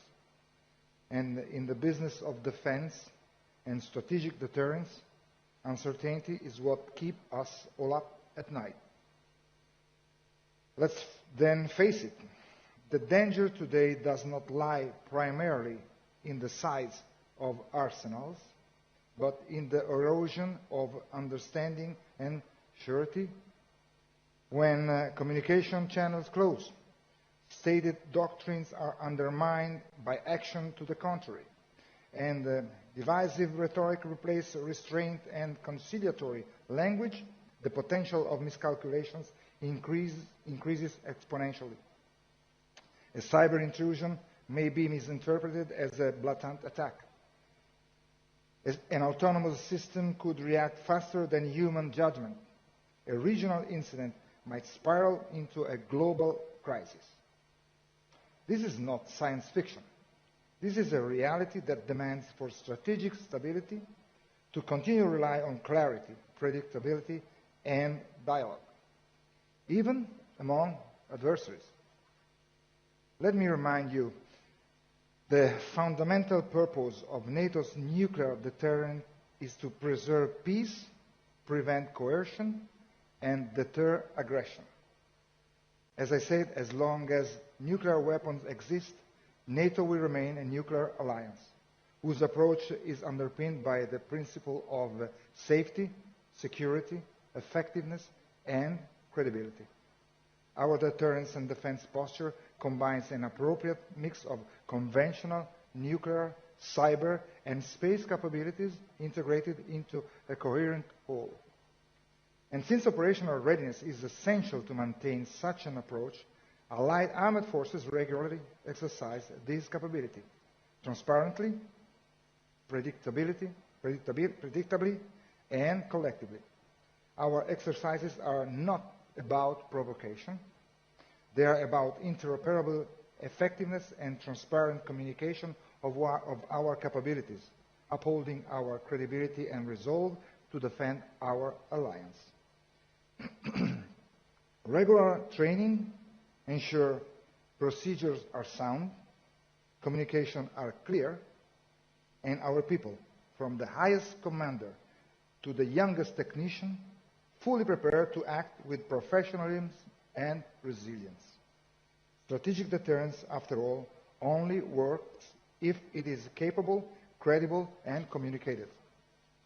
A predictable example is NATO's nuclear deterrence exercise, Steadfast Noon, held every year in the autumn in the north or south of the alliance. Steadfast Noon does not feature the use of live nuclear weapons. This year involved roughly 2,000 personnel and around 70 aircraft from 14 allied nations, including a mix of conventional and dual-capable aircraft. Supporting assets included surveillance, air-to-air refueling, and command and control aircraft. The 2025 edition just ended. successfully and transparently, sending a clear message to any adversary. NATO can and will protect and defend all allies against all threats. And then the human factor. I'm sure many of you watch Netflix House of Dynamite. In times where technology accelerates, compressing time may blur threshold. And this reminds us that deterrence still depends above all on human interpretation and judgment. Machines may calculate probabilities, but they do not bear the moral weight of consequences. They cannot pause, reflect, or choose restraint. That responsibility remains and must always remain within people. As military leaders, our duty is to provide unfettered, honest, and experienced advice to political authorities who will ultimately make the decision. To say not what it is convenient, but what it is true. And we must remember, nuclear deterrence is not simply the Western concern. It is a global responsibility. The Middle East, Europe, and the Indo-Pacific are connected strategic ecosystems. Instability in one reverberates in all. That is why NATO has developed tailored partnership with the regional actors, with international organizations, and with all those sharing our interest in preventing escalation and ensuring global stability. Together, we must cultivate global culture of transparency, risk reduction, and responsible behavior to make the nuclear deterrent a tool to constructive dialogue and confidence building, with the ultimate goal of preserving peace and prosperity for our future generations. It is through this approach that we can also fully align with our determination to support arms control, disarmament, and non-proliferation. We are strongly supportive of the Non-Proliferation Treaty as the only credible path to nuclear disarmament. We are constantly working to improve our collective security through tangible and verifiable measures that can reduce strategic risks and enable real progress in this matter. But again, a world in which Russia, China, North Korea, and others have nuclear weapons, while NATO does not, is not a safer world. And I conclude, ladies and gentlemen, the first nuclear age taught us restraint. Today's congested security landscape is already testing us. If we respond with discipline, unity, and clarity, this new age needs not to inherit the danger of the last. It can grow more stable and more predictable. The French philosopher Paul Valéry once wrote, "The future is not what it used to be. Indeed, it is not, and perhaps it will never be again. But if we remain united, vigilant, and guided by responsibility, we can ensure that even in this new era, we will continue to serve peace and not cause unnecessary danger." Thank you.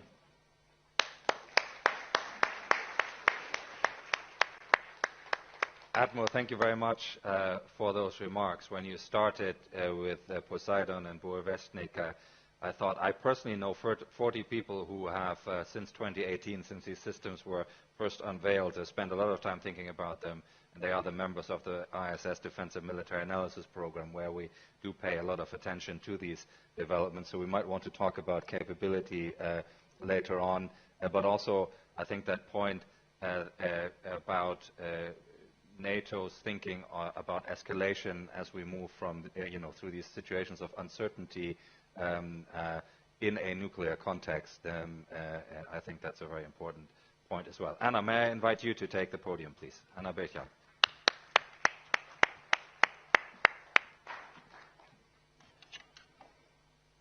Thank you very much, Bastian.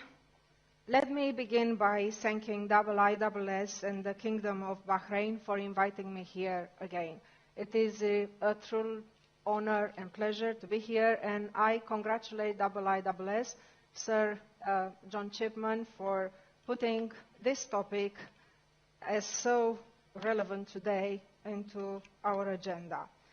We are indeed entering another nuclear age, but this time it must not be defined by fear or competition, but by responsibility, vision, and courage. Nuclear energy today represents far more than electricity. It stands at the intersection of security, sustainability, and strategic autonomy. It guarantees long-term energy independence, supports decarbonization, and strengthens national resilience in a world increasingly marked by uncertainty. If you had told me even a decade ago that nuclear would become fashionable again, I might have smiled politely, even though as a lawyer I would argue, with great success I might say, that you are wrong, because nuclear energy is among the cleanest sources of energy, and this is science, not politics. And yet, here we are in 2025, with presidents, ministers, and CEOs all suddenly speaking fluent fission and fusion. And this is a very good thing, because nuclear energy, long undervalued, has re-emerged as a strategic resource, a guarantor of energy sovereignty, a prerequisite for industrial competitiveness, and a decisive contributor to national security. However, this new nuclear age comes with significant strategic risks that you, Amiral, mentioned, and if you allow me, I will complement with a few others. The global nuclear fuel cycle, from uranium to enrichment and fabrication, is increasingly a field of geopolitical contest. Supply chains are tightening. Critical infrastructures has become a concern in conflict zones, and adversarial actors are attempting to leverage energy dependence as a tool of coercion. We also face a generational challenge. The world needs more reactors than we have skilled workers, manufacturing capability and capacity, or regulatory bandwidth ready to deliver. If we allow these vulnerabilities to define the future, then nuclear progress could become a new source of instability, rather than resilience and progress. Yet, the true promise of nuclear technology lies beyond power generation. For 70 years, the world nuclear has carried two faces, one bright, one dark. It can light cities or destroy them. It heals through nuclear medicine, diagnostics, and cancer treatment, or it can create a catastrophe. It feeds through advances in agriculture, soil management, and food security. It protects by monitoring our oceans, atmosphere, and groundwater, helping us fight climate change. It innovates, opening new frontiers in clean hydrogen, advanced material, artificial intelligence, and even space exploration. The same technologies that power our industries can, if misused, undermine our security. The same uranium that fuels hospitals can, if in the wrong hands, fuel weapons. We are witnessing not just a technological revival, but a civilization test. Can humanity finally use its most powerful invention not as a weapon of fear, but as an instrument of progress? Yes, we build reactors for energy, but we must also rebuild the framework of peace. Used wisely and ethically, nuclear energy is not a weapon of the past, but a foundation for the future, a tool for peace, prosperity, and progress. It can bring nations together throughout cooperation, transparency, and shared standards, transforming what was once a symbol of fear into a symbol of trust. Let me share with you in a few words, and maybe during the questions, a little bit more about Romanian lessons, because it's a responsibility. We saw responsibility as being a power. Romanian experience, my country, tells a story worth hearing. Decades ago, in the 1970s, we made a choice to use North American technology, the CANDU technology, not the Russian one, and Romania was among the very few countries, if not the only country in Central Eastern Europe, to reject Russian technology from the very beginning. And it was a very smart move, right? We are one of the few EU member states that have maintained and expanded our civilian nuclear program in full compliance with the highest international safety and non-proliferation standards. We have 4 power plants, we have 2 in use and 2 to build, and as I will mention later, we signed up with the American SMR technology. Again, we were among the very first and we were very smart to do so. For us, from the very beginning, energy security was and continues to be a matter of national security. And both depend on trust, professionalism, and respecting the highest international standards of safety and integrity. That is perhaps the most underrated truth of this nuclear age. Technology means nothing without integrity.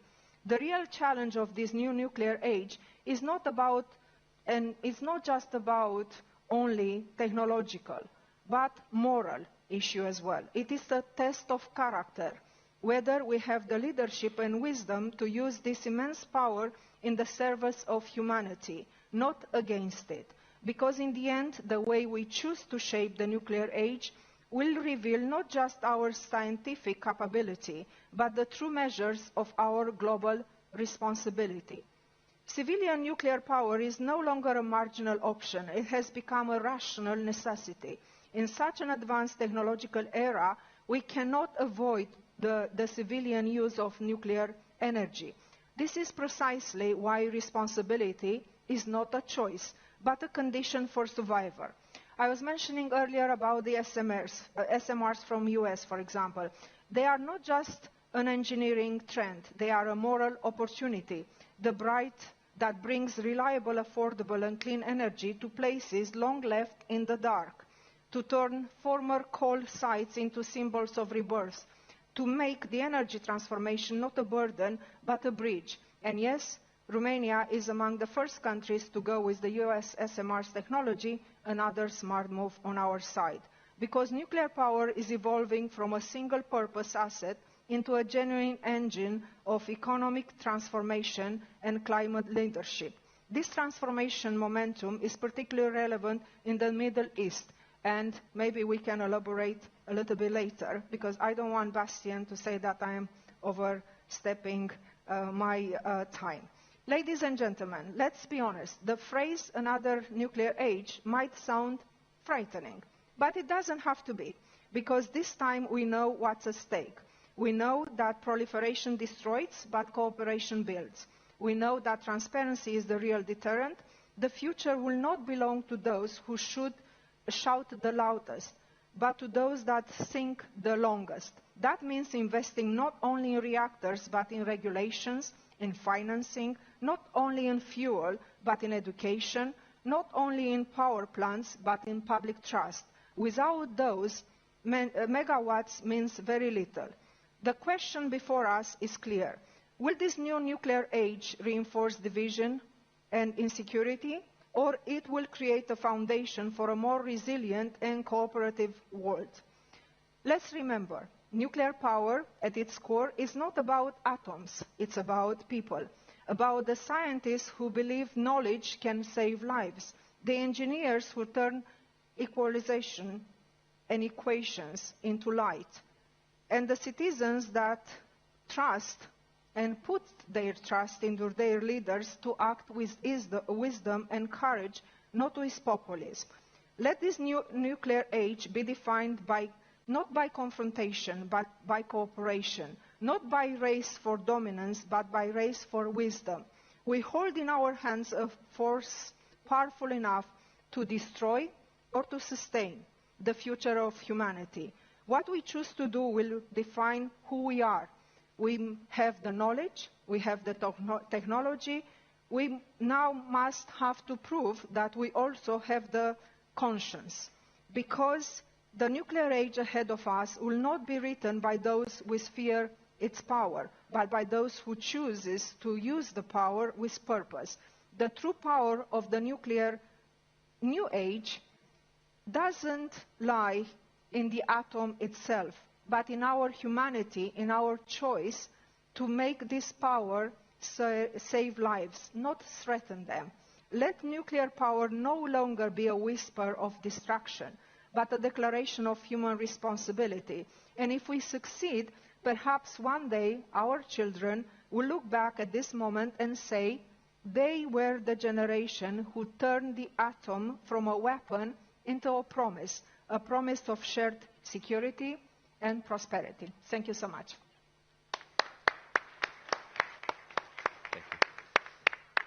Anna Beja, thank you so much for these remarks, and I think thank you in particular for extending our conversation into the themes that have actually been quite prominent here at the Manama Dialogue: energy, prosperity, and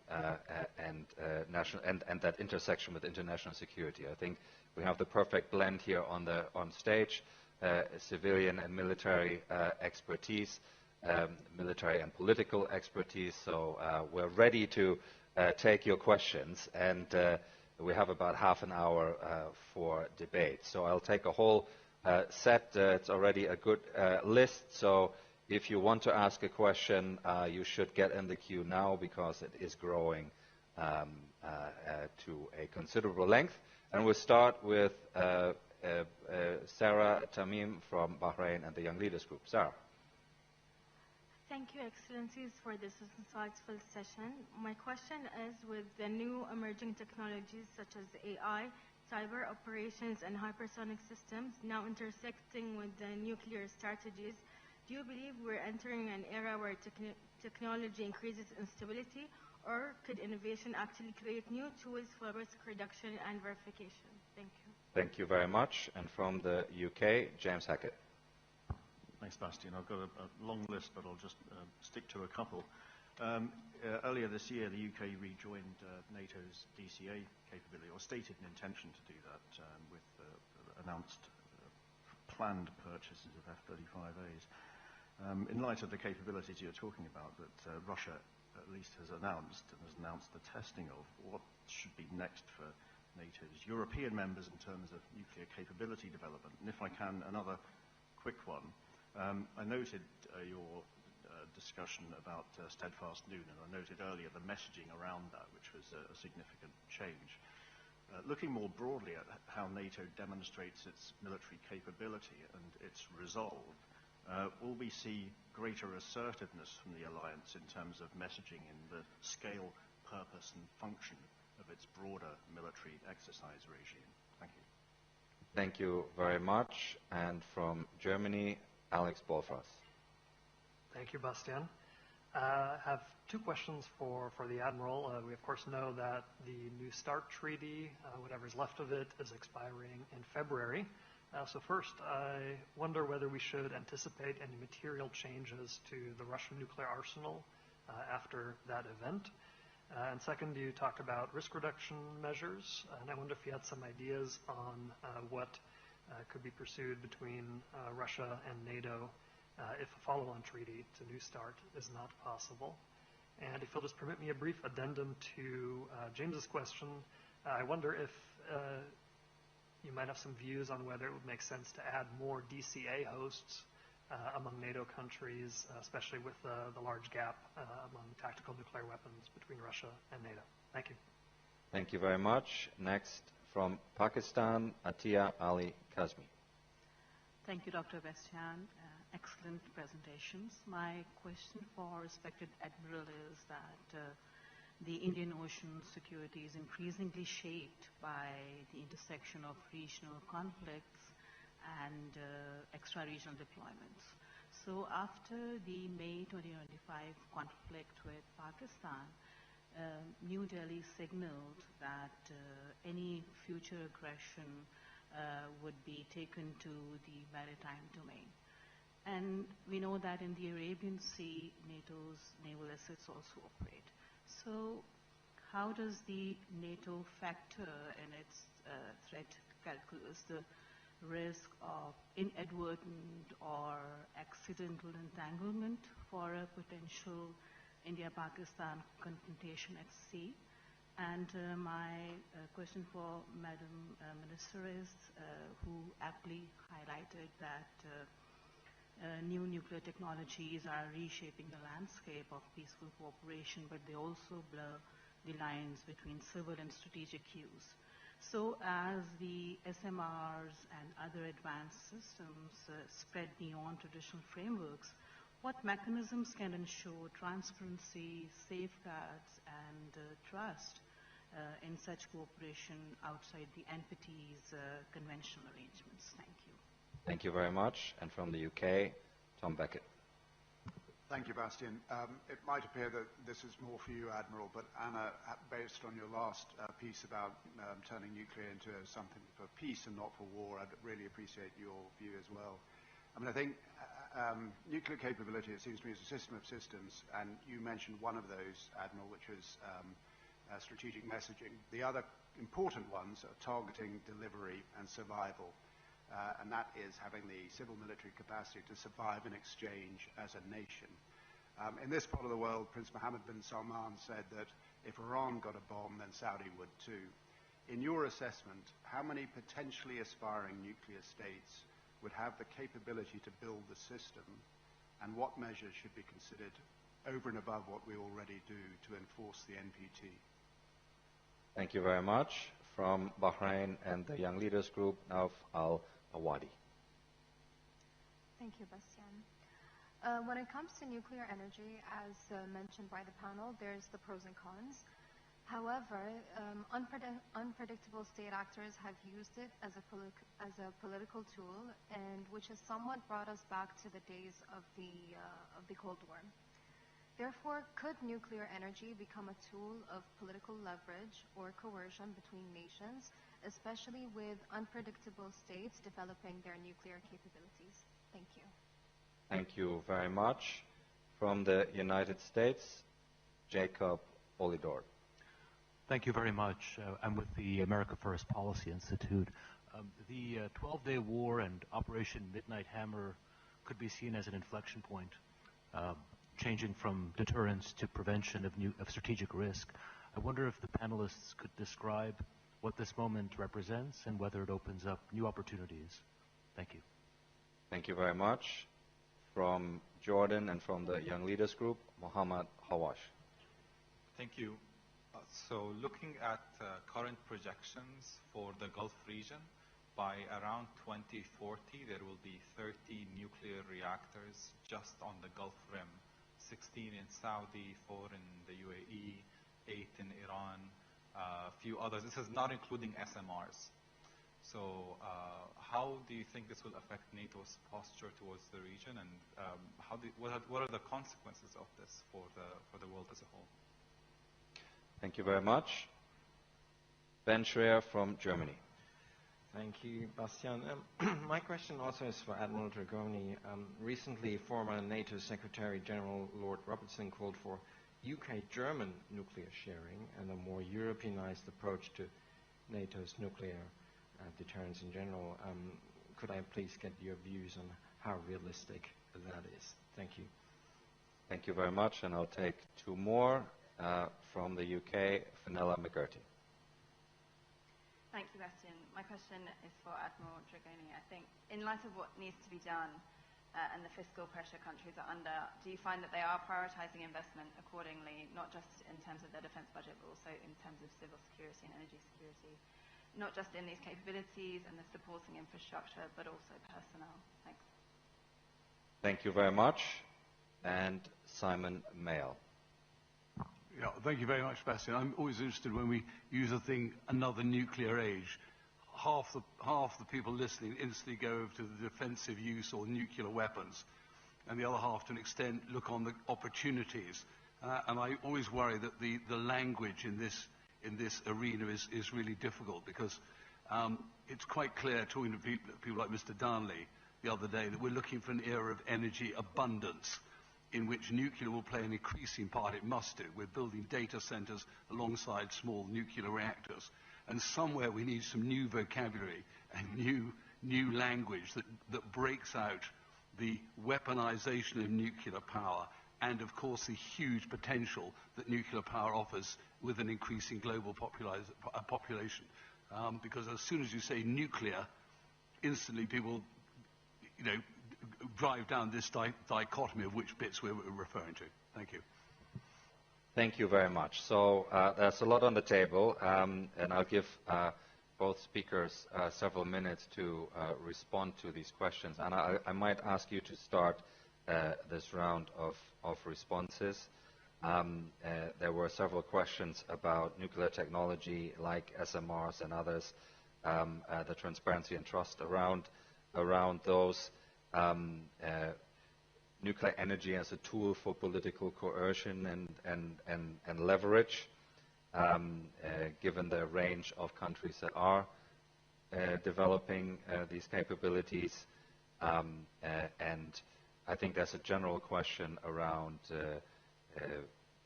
increasing instability or whether we can counter that with new tools for risk reduction, verification, and then there were a few other things that you might want to pick up on. Yes. So why don't I ask you to start this round? Thank you so much, Bastian. Thank you for the questions. It's not just nuclear as being weaponized. I can share with you since my own experience in 2018-2019. I was Deputy Prime Minister, Minister of Justice in Romania, and we were arguing, me and the Prime Minister of Poland at that time, to take away the energy from Putin's hands because he's going to use it as a weapon.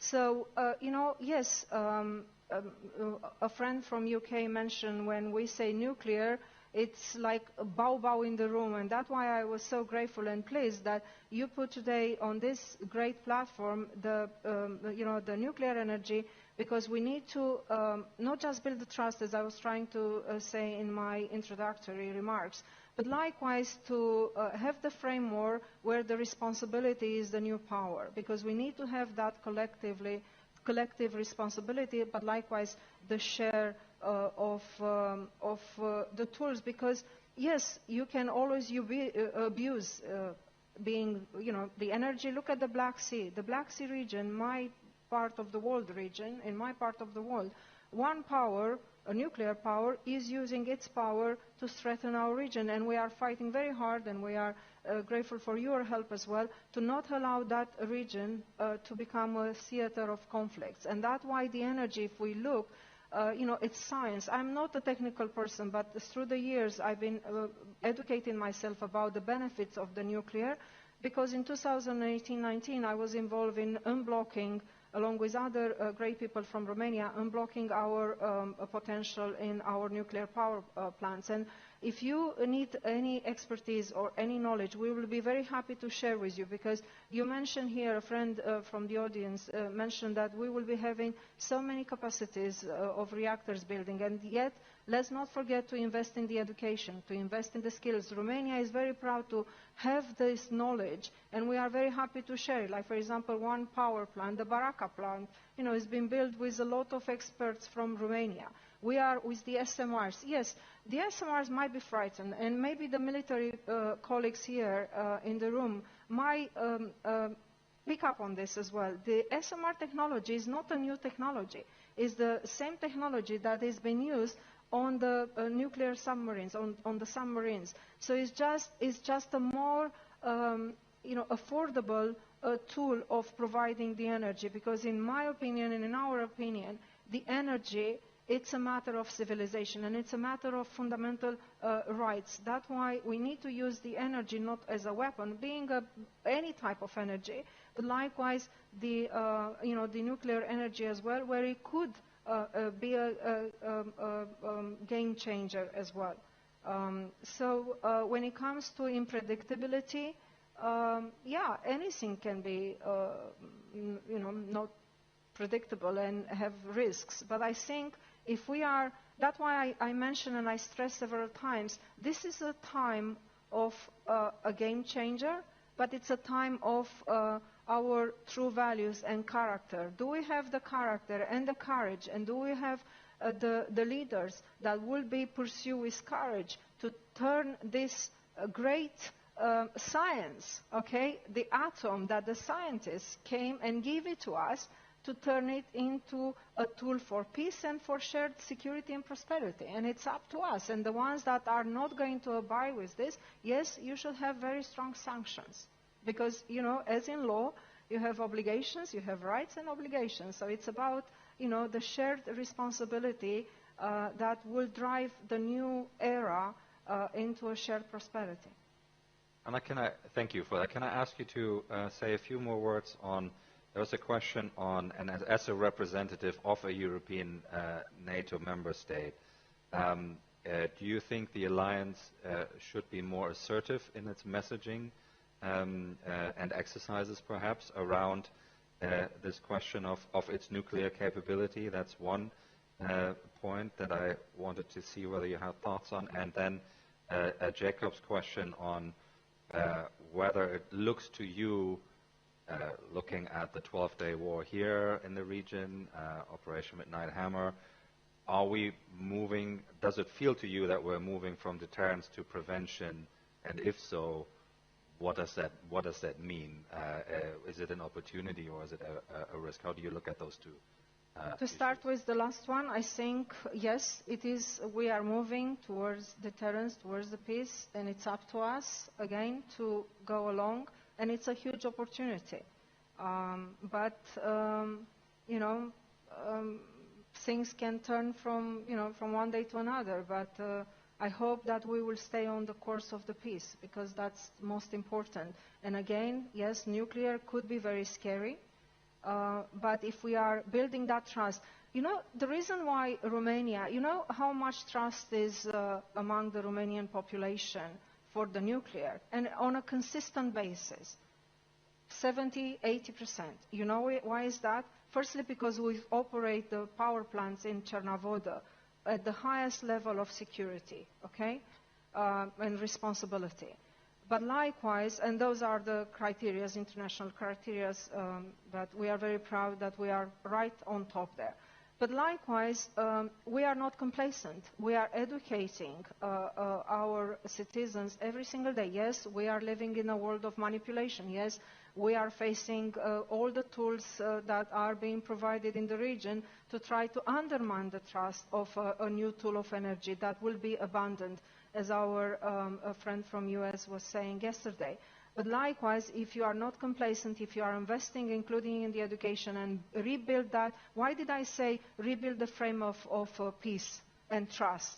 Because we need to rebuild the frame of trust among ourselves and among what the nuclear energy is meaning and what are the true benefits, because everybody is looking at the nuclear but how many old is the water? And that it's a strong tool to really plan in advance, where you could actually help regions, including for food. And then, you know, if we go into more details, you could see that you can even create crops, not artificial ones, you know, but actually real crops with the same properties, but according to the conditions that are, and this might be very important for this area. With the SMRs, as I mentioned, we were very courageous. Yes, there's been a lot of manipulation in our region as well, but the SMRs are providing, they are very easy to install, they are providing this huge opportunity of a new era of energy, where the energy is not going to be just a luxurious or a very expensive you know, tool, but actually a very affordable and reliable one. And at the EU, because we need to learn our lessons at the EU level, okay? I was not talking about the EU per se. I am a very pro-European person. I was on the team to go Romania into NATO and the EU. But we need to be realistic and learn the lessons at the EU level as well, because I was in the battle with the taxonomy. Because one challenge for the nuclear projects are the financing, okay? Finding the tools for the financing, because at the beginning they are quite expensive. But when you look at the long term, when you do the math, and the math is so simple, you will see that actually is the cheapest, among the cheapest sources of energy. So we need to find, one challenge is to find the tools of providing the financing, and here the international financial institutions should actually start now looking more carefully of what does it mean to invest in the nuclear energy as well. And at the EU level, we managed to put the nuclear alongside with the gas into so-called taxonomy. That is giving a very good, powerful tool for the financing. Anna, thank you so much. Admiral, there were, if I counted correctly, 6 questions directed at you, a lot to do with NATO's view of nuclear capability. Post-New START, how do you see Russia's capability evolving? Should NATO have more DCA, dual-capable hosts? There was the UK-Germany question, and also how NATO might look at its own threat calculus and how it might integrate thinking of a potential conflict India-Pakistan, and also spreading of nuclear civilian capability across other regions. So I'll invite you to take a few minutes to answer those and tap into any others that you might want to pick up from the general set of questions. Admiral. Yeah, thank you. First of all, I need to admit that I grabbed the microphone a little bit late, so if I'm missing something, you're going to help me out. I will help you out, yes. Give me an answer. Thank you very much. I mean, pretty different question. Let me go through what I got on my notes. The nuclear has a coercion for states. I mean, that's the reason why we are the alliance, and probably the coercion would work towards single state, maybe the smaller one or the one not with the new capability. But again, this is the meaning of being in the alliance. That's the insurance that every single state sign to get the protection from the whole community. And you know better than I that for 76 years, I mean, United States, UK, and France, with their capability, have been providing us good level deterrence, because here we are, and nothing happened from then on. So I would say that coercion is around the corner, but I think that the alliance has the tool and the capability to transmit the message that no one of us could be threatened by any other potential adversary, because they will lose more than what they will gain. That's basically one thing, one of the questions. The 12 days war. That was, let's say again, a last step of deterrence. It was something probably shocking, but that came after a long story of misleading behavior from Iran. So something should be done, and just to convince them that couldn't get along with that kind of behavior. And that has been done, and I think, honestly, it worked. It has been done in a pretty in a hard way. I think that from the overall view, the loss of life have been reduced at the minimum, just to achieve a strategic result with the minimum loss. But again, that's something that probably should have been done, because I mean that the path that Iran took and was following was not anymore acceptable.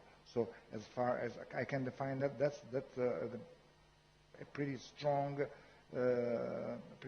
way to deter, and I think they did, and I think it was successful.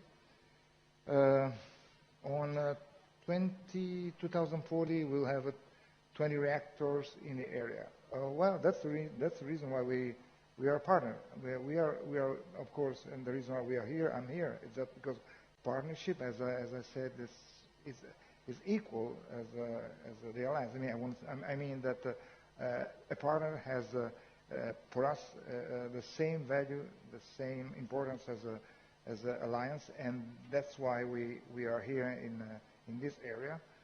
And whatever it will happen, and whatever will be the decision that every single state will take in the future, I mean, we will be more than glad to be, part of it, to be involved, and to keep and to deepen our relationship and our connection with the area. So we are not afraid about that.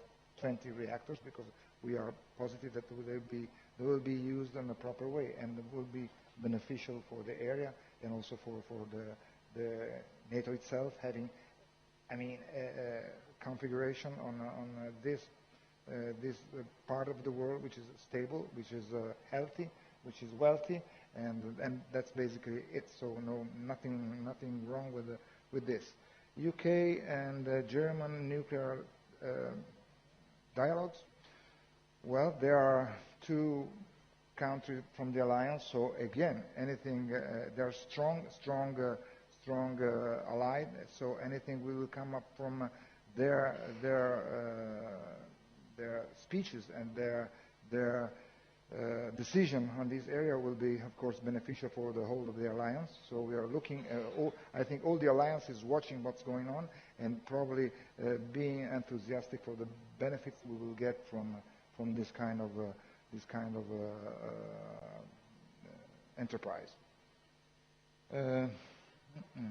Would you welcome more DCA nations in NATO, or do you think there needs to be more nuclear sharing in that regard? Okay, now what we are doing, and Steadfast Noon was just the proof that we did. We had potential, nuclear potential, which is well above our adversary. There's no need of it. But we need to be flexible. We need to adapt to the threat, and so I mean I'm expecting that. I mean we will evolve, and we will keep on our training. We will keep on our planning. We will keep on our updating of our capability.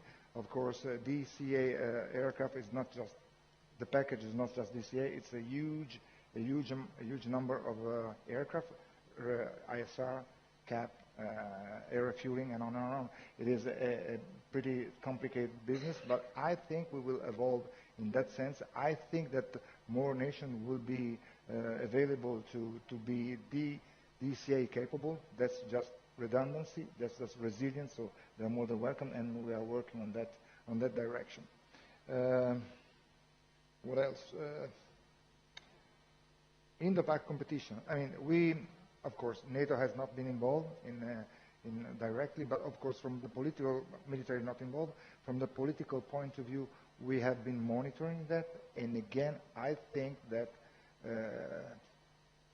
deterrence worked at that point. I mean, I think at a certain point, very, very maturely, probably also with the intervention of Mr. Trump, but again, the struggle, the war, let's call it, the battle ended with a small amount of casualties compared to what maybe we could expect from a kind of evolution or increase in the fighting.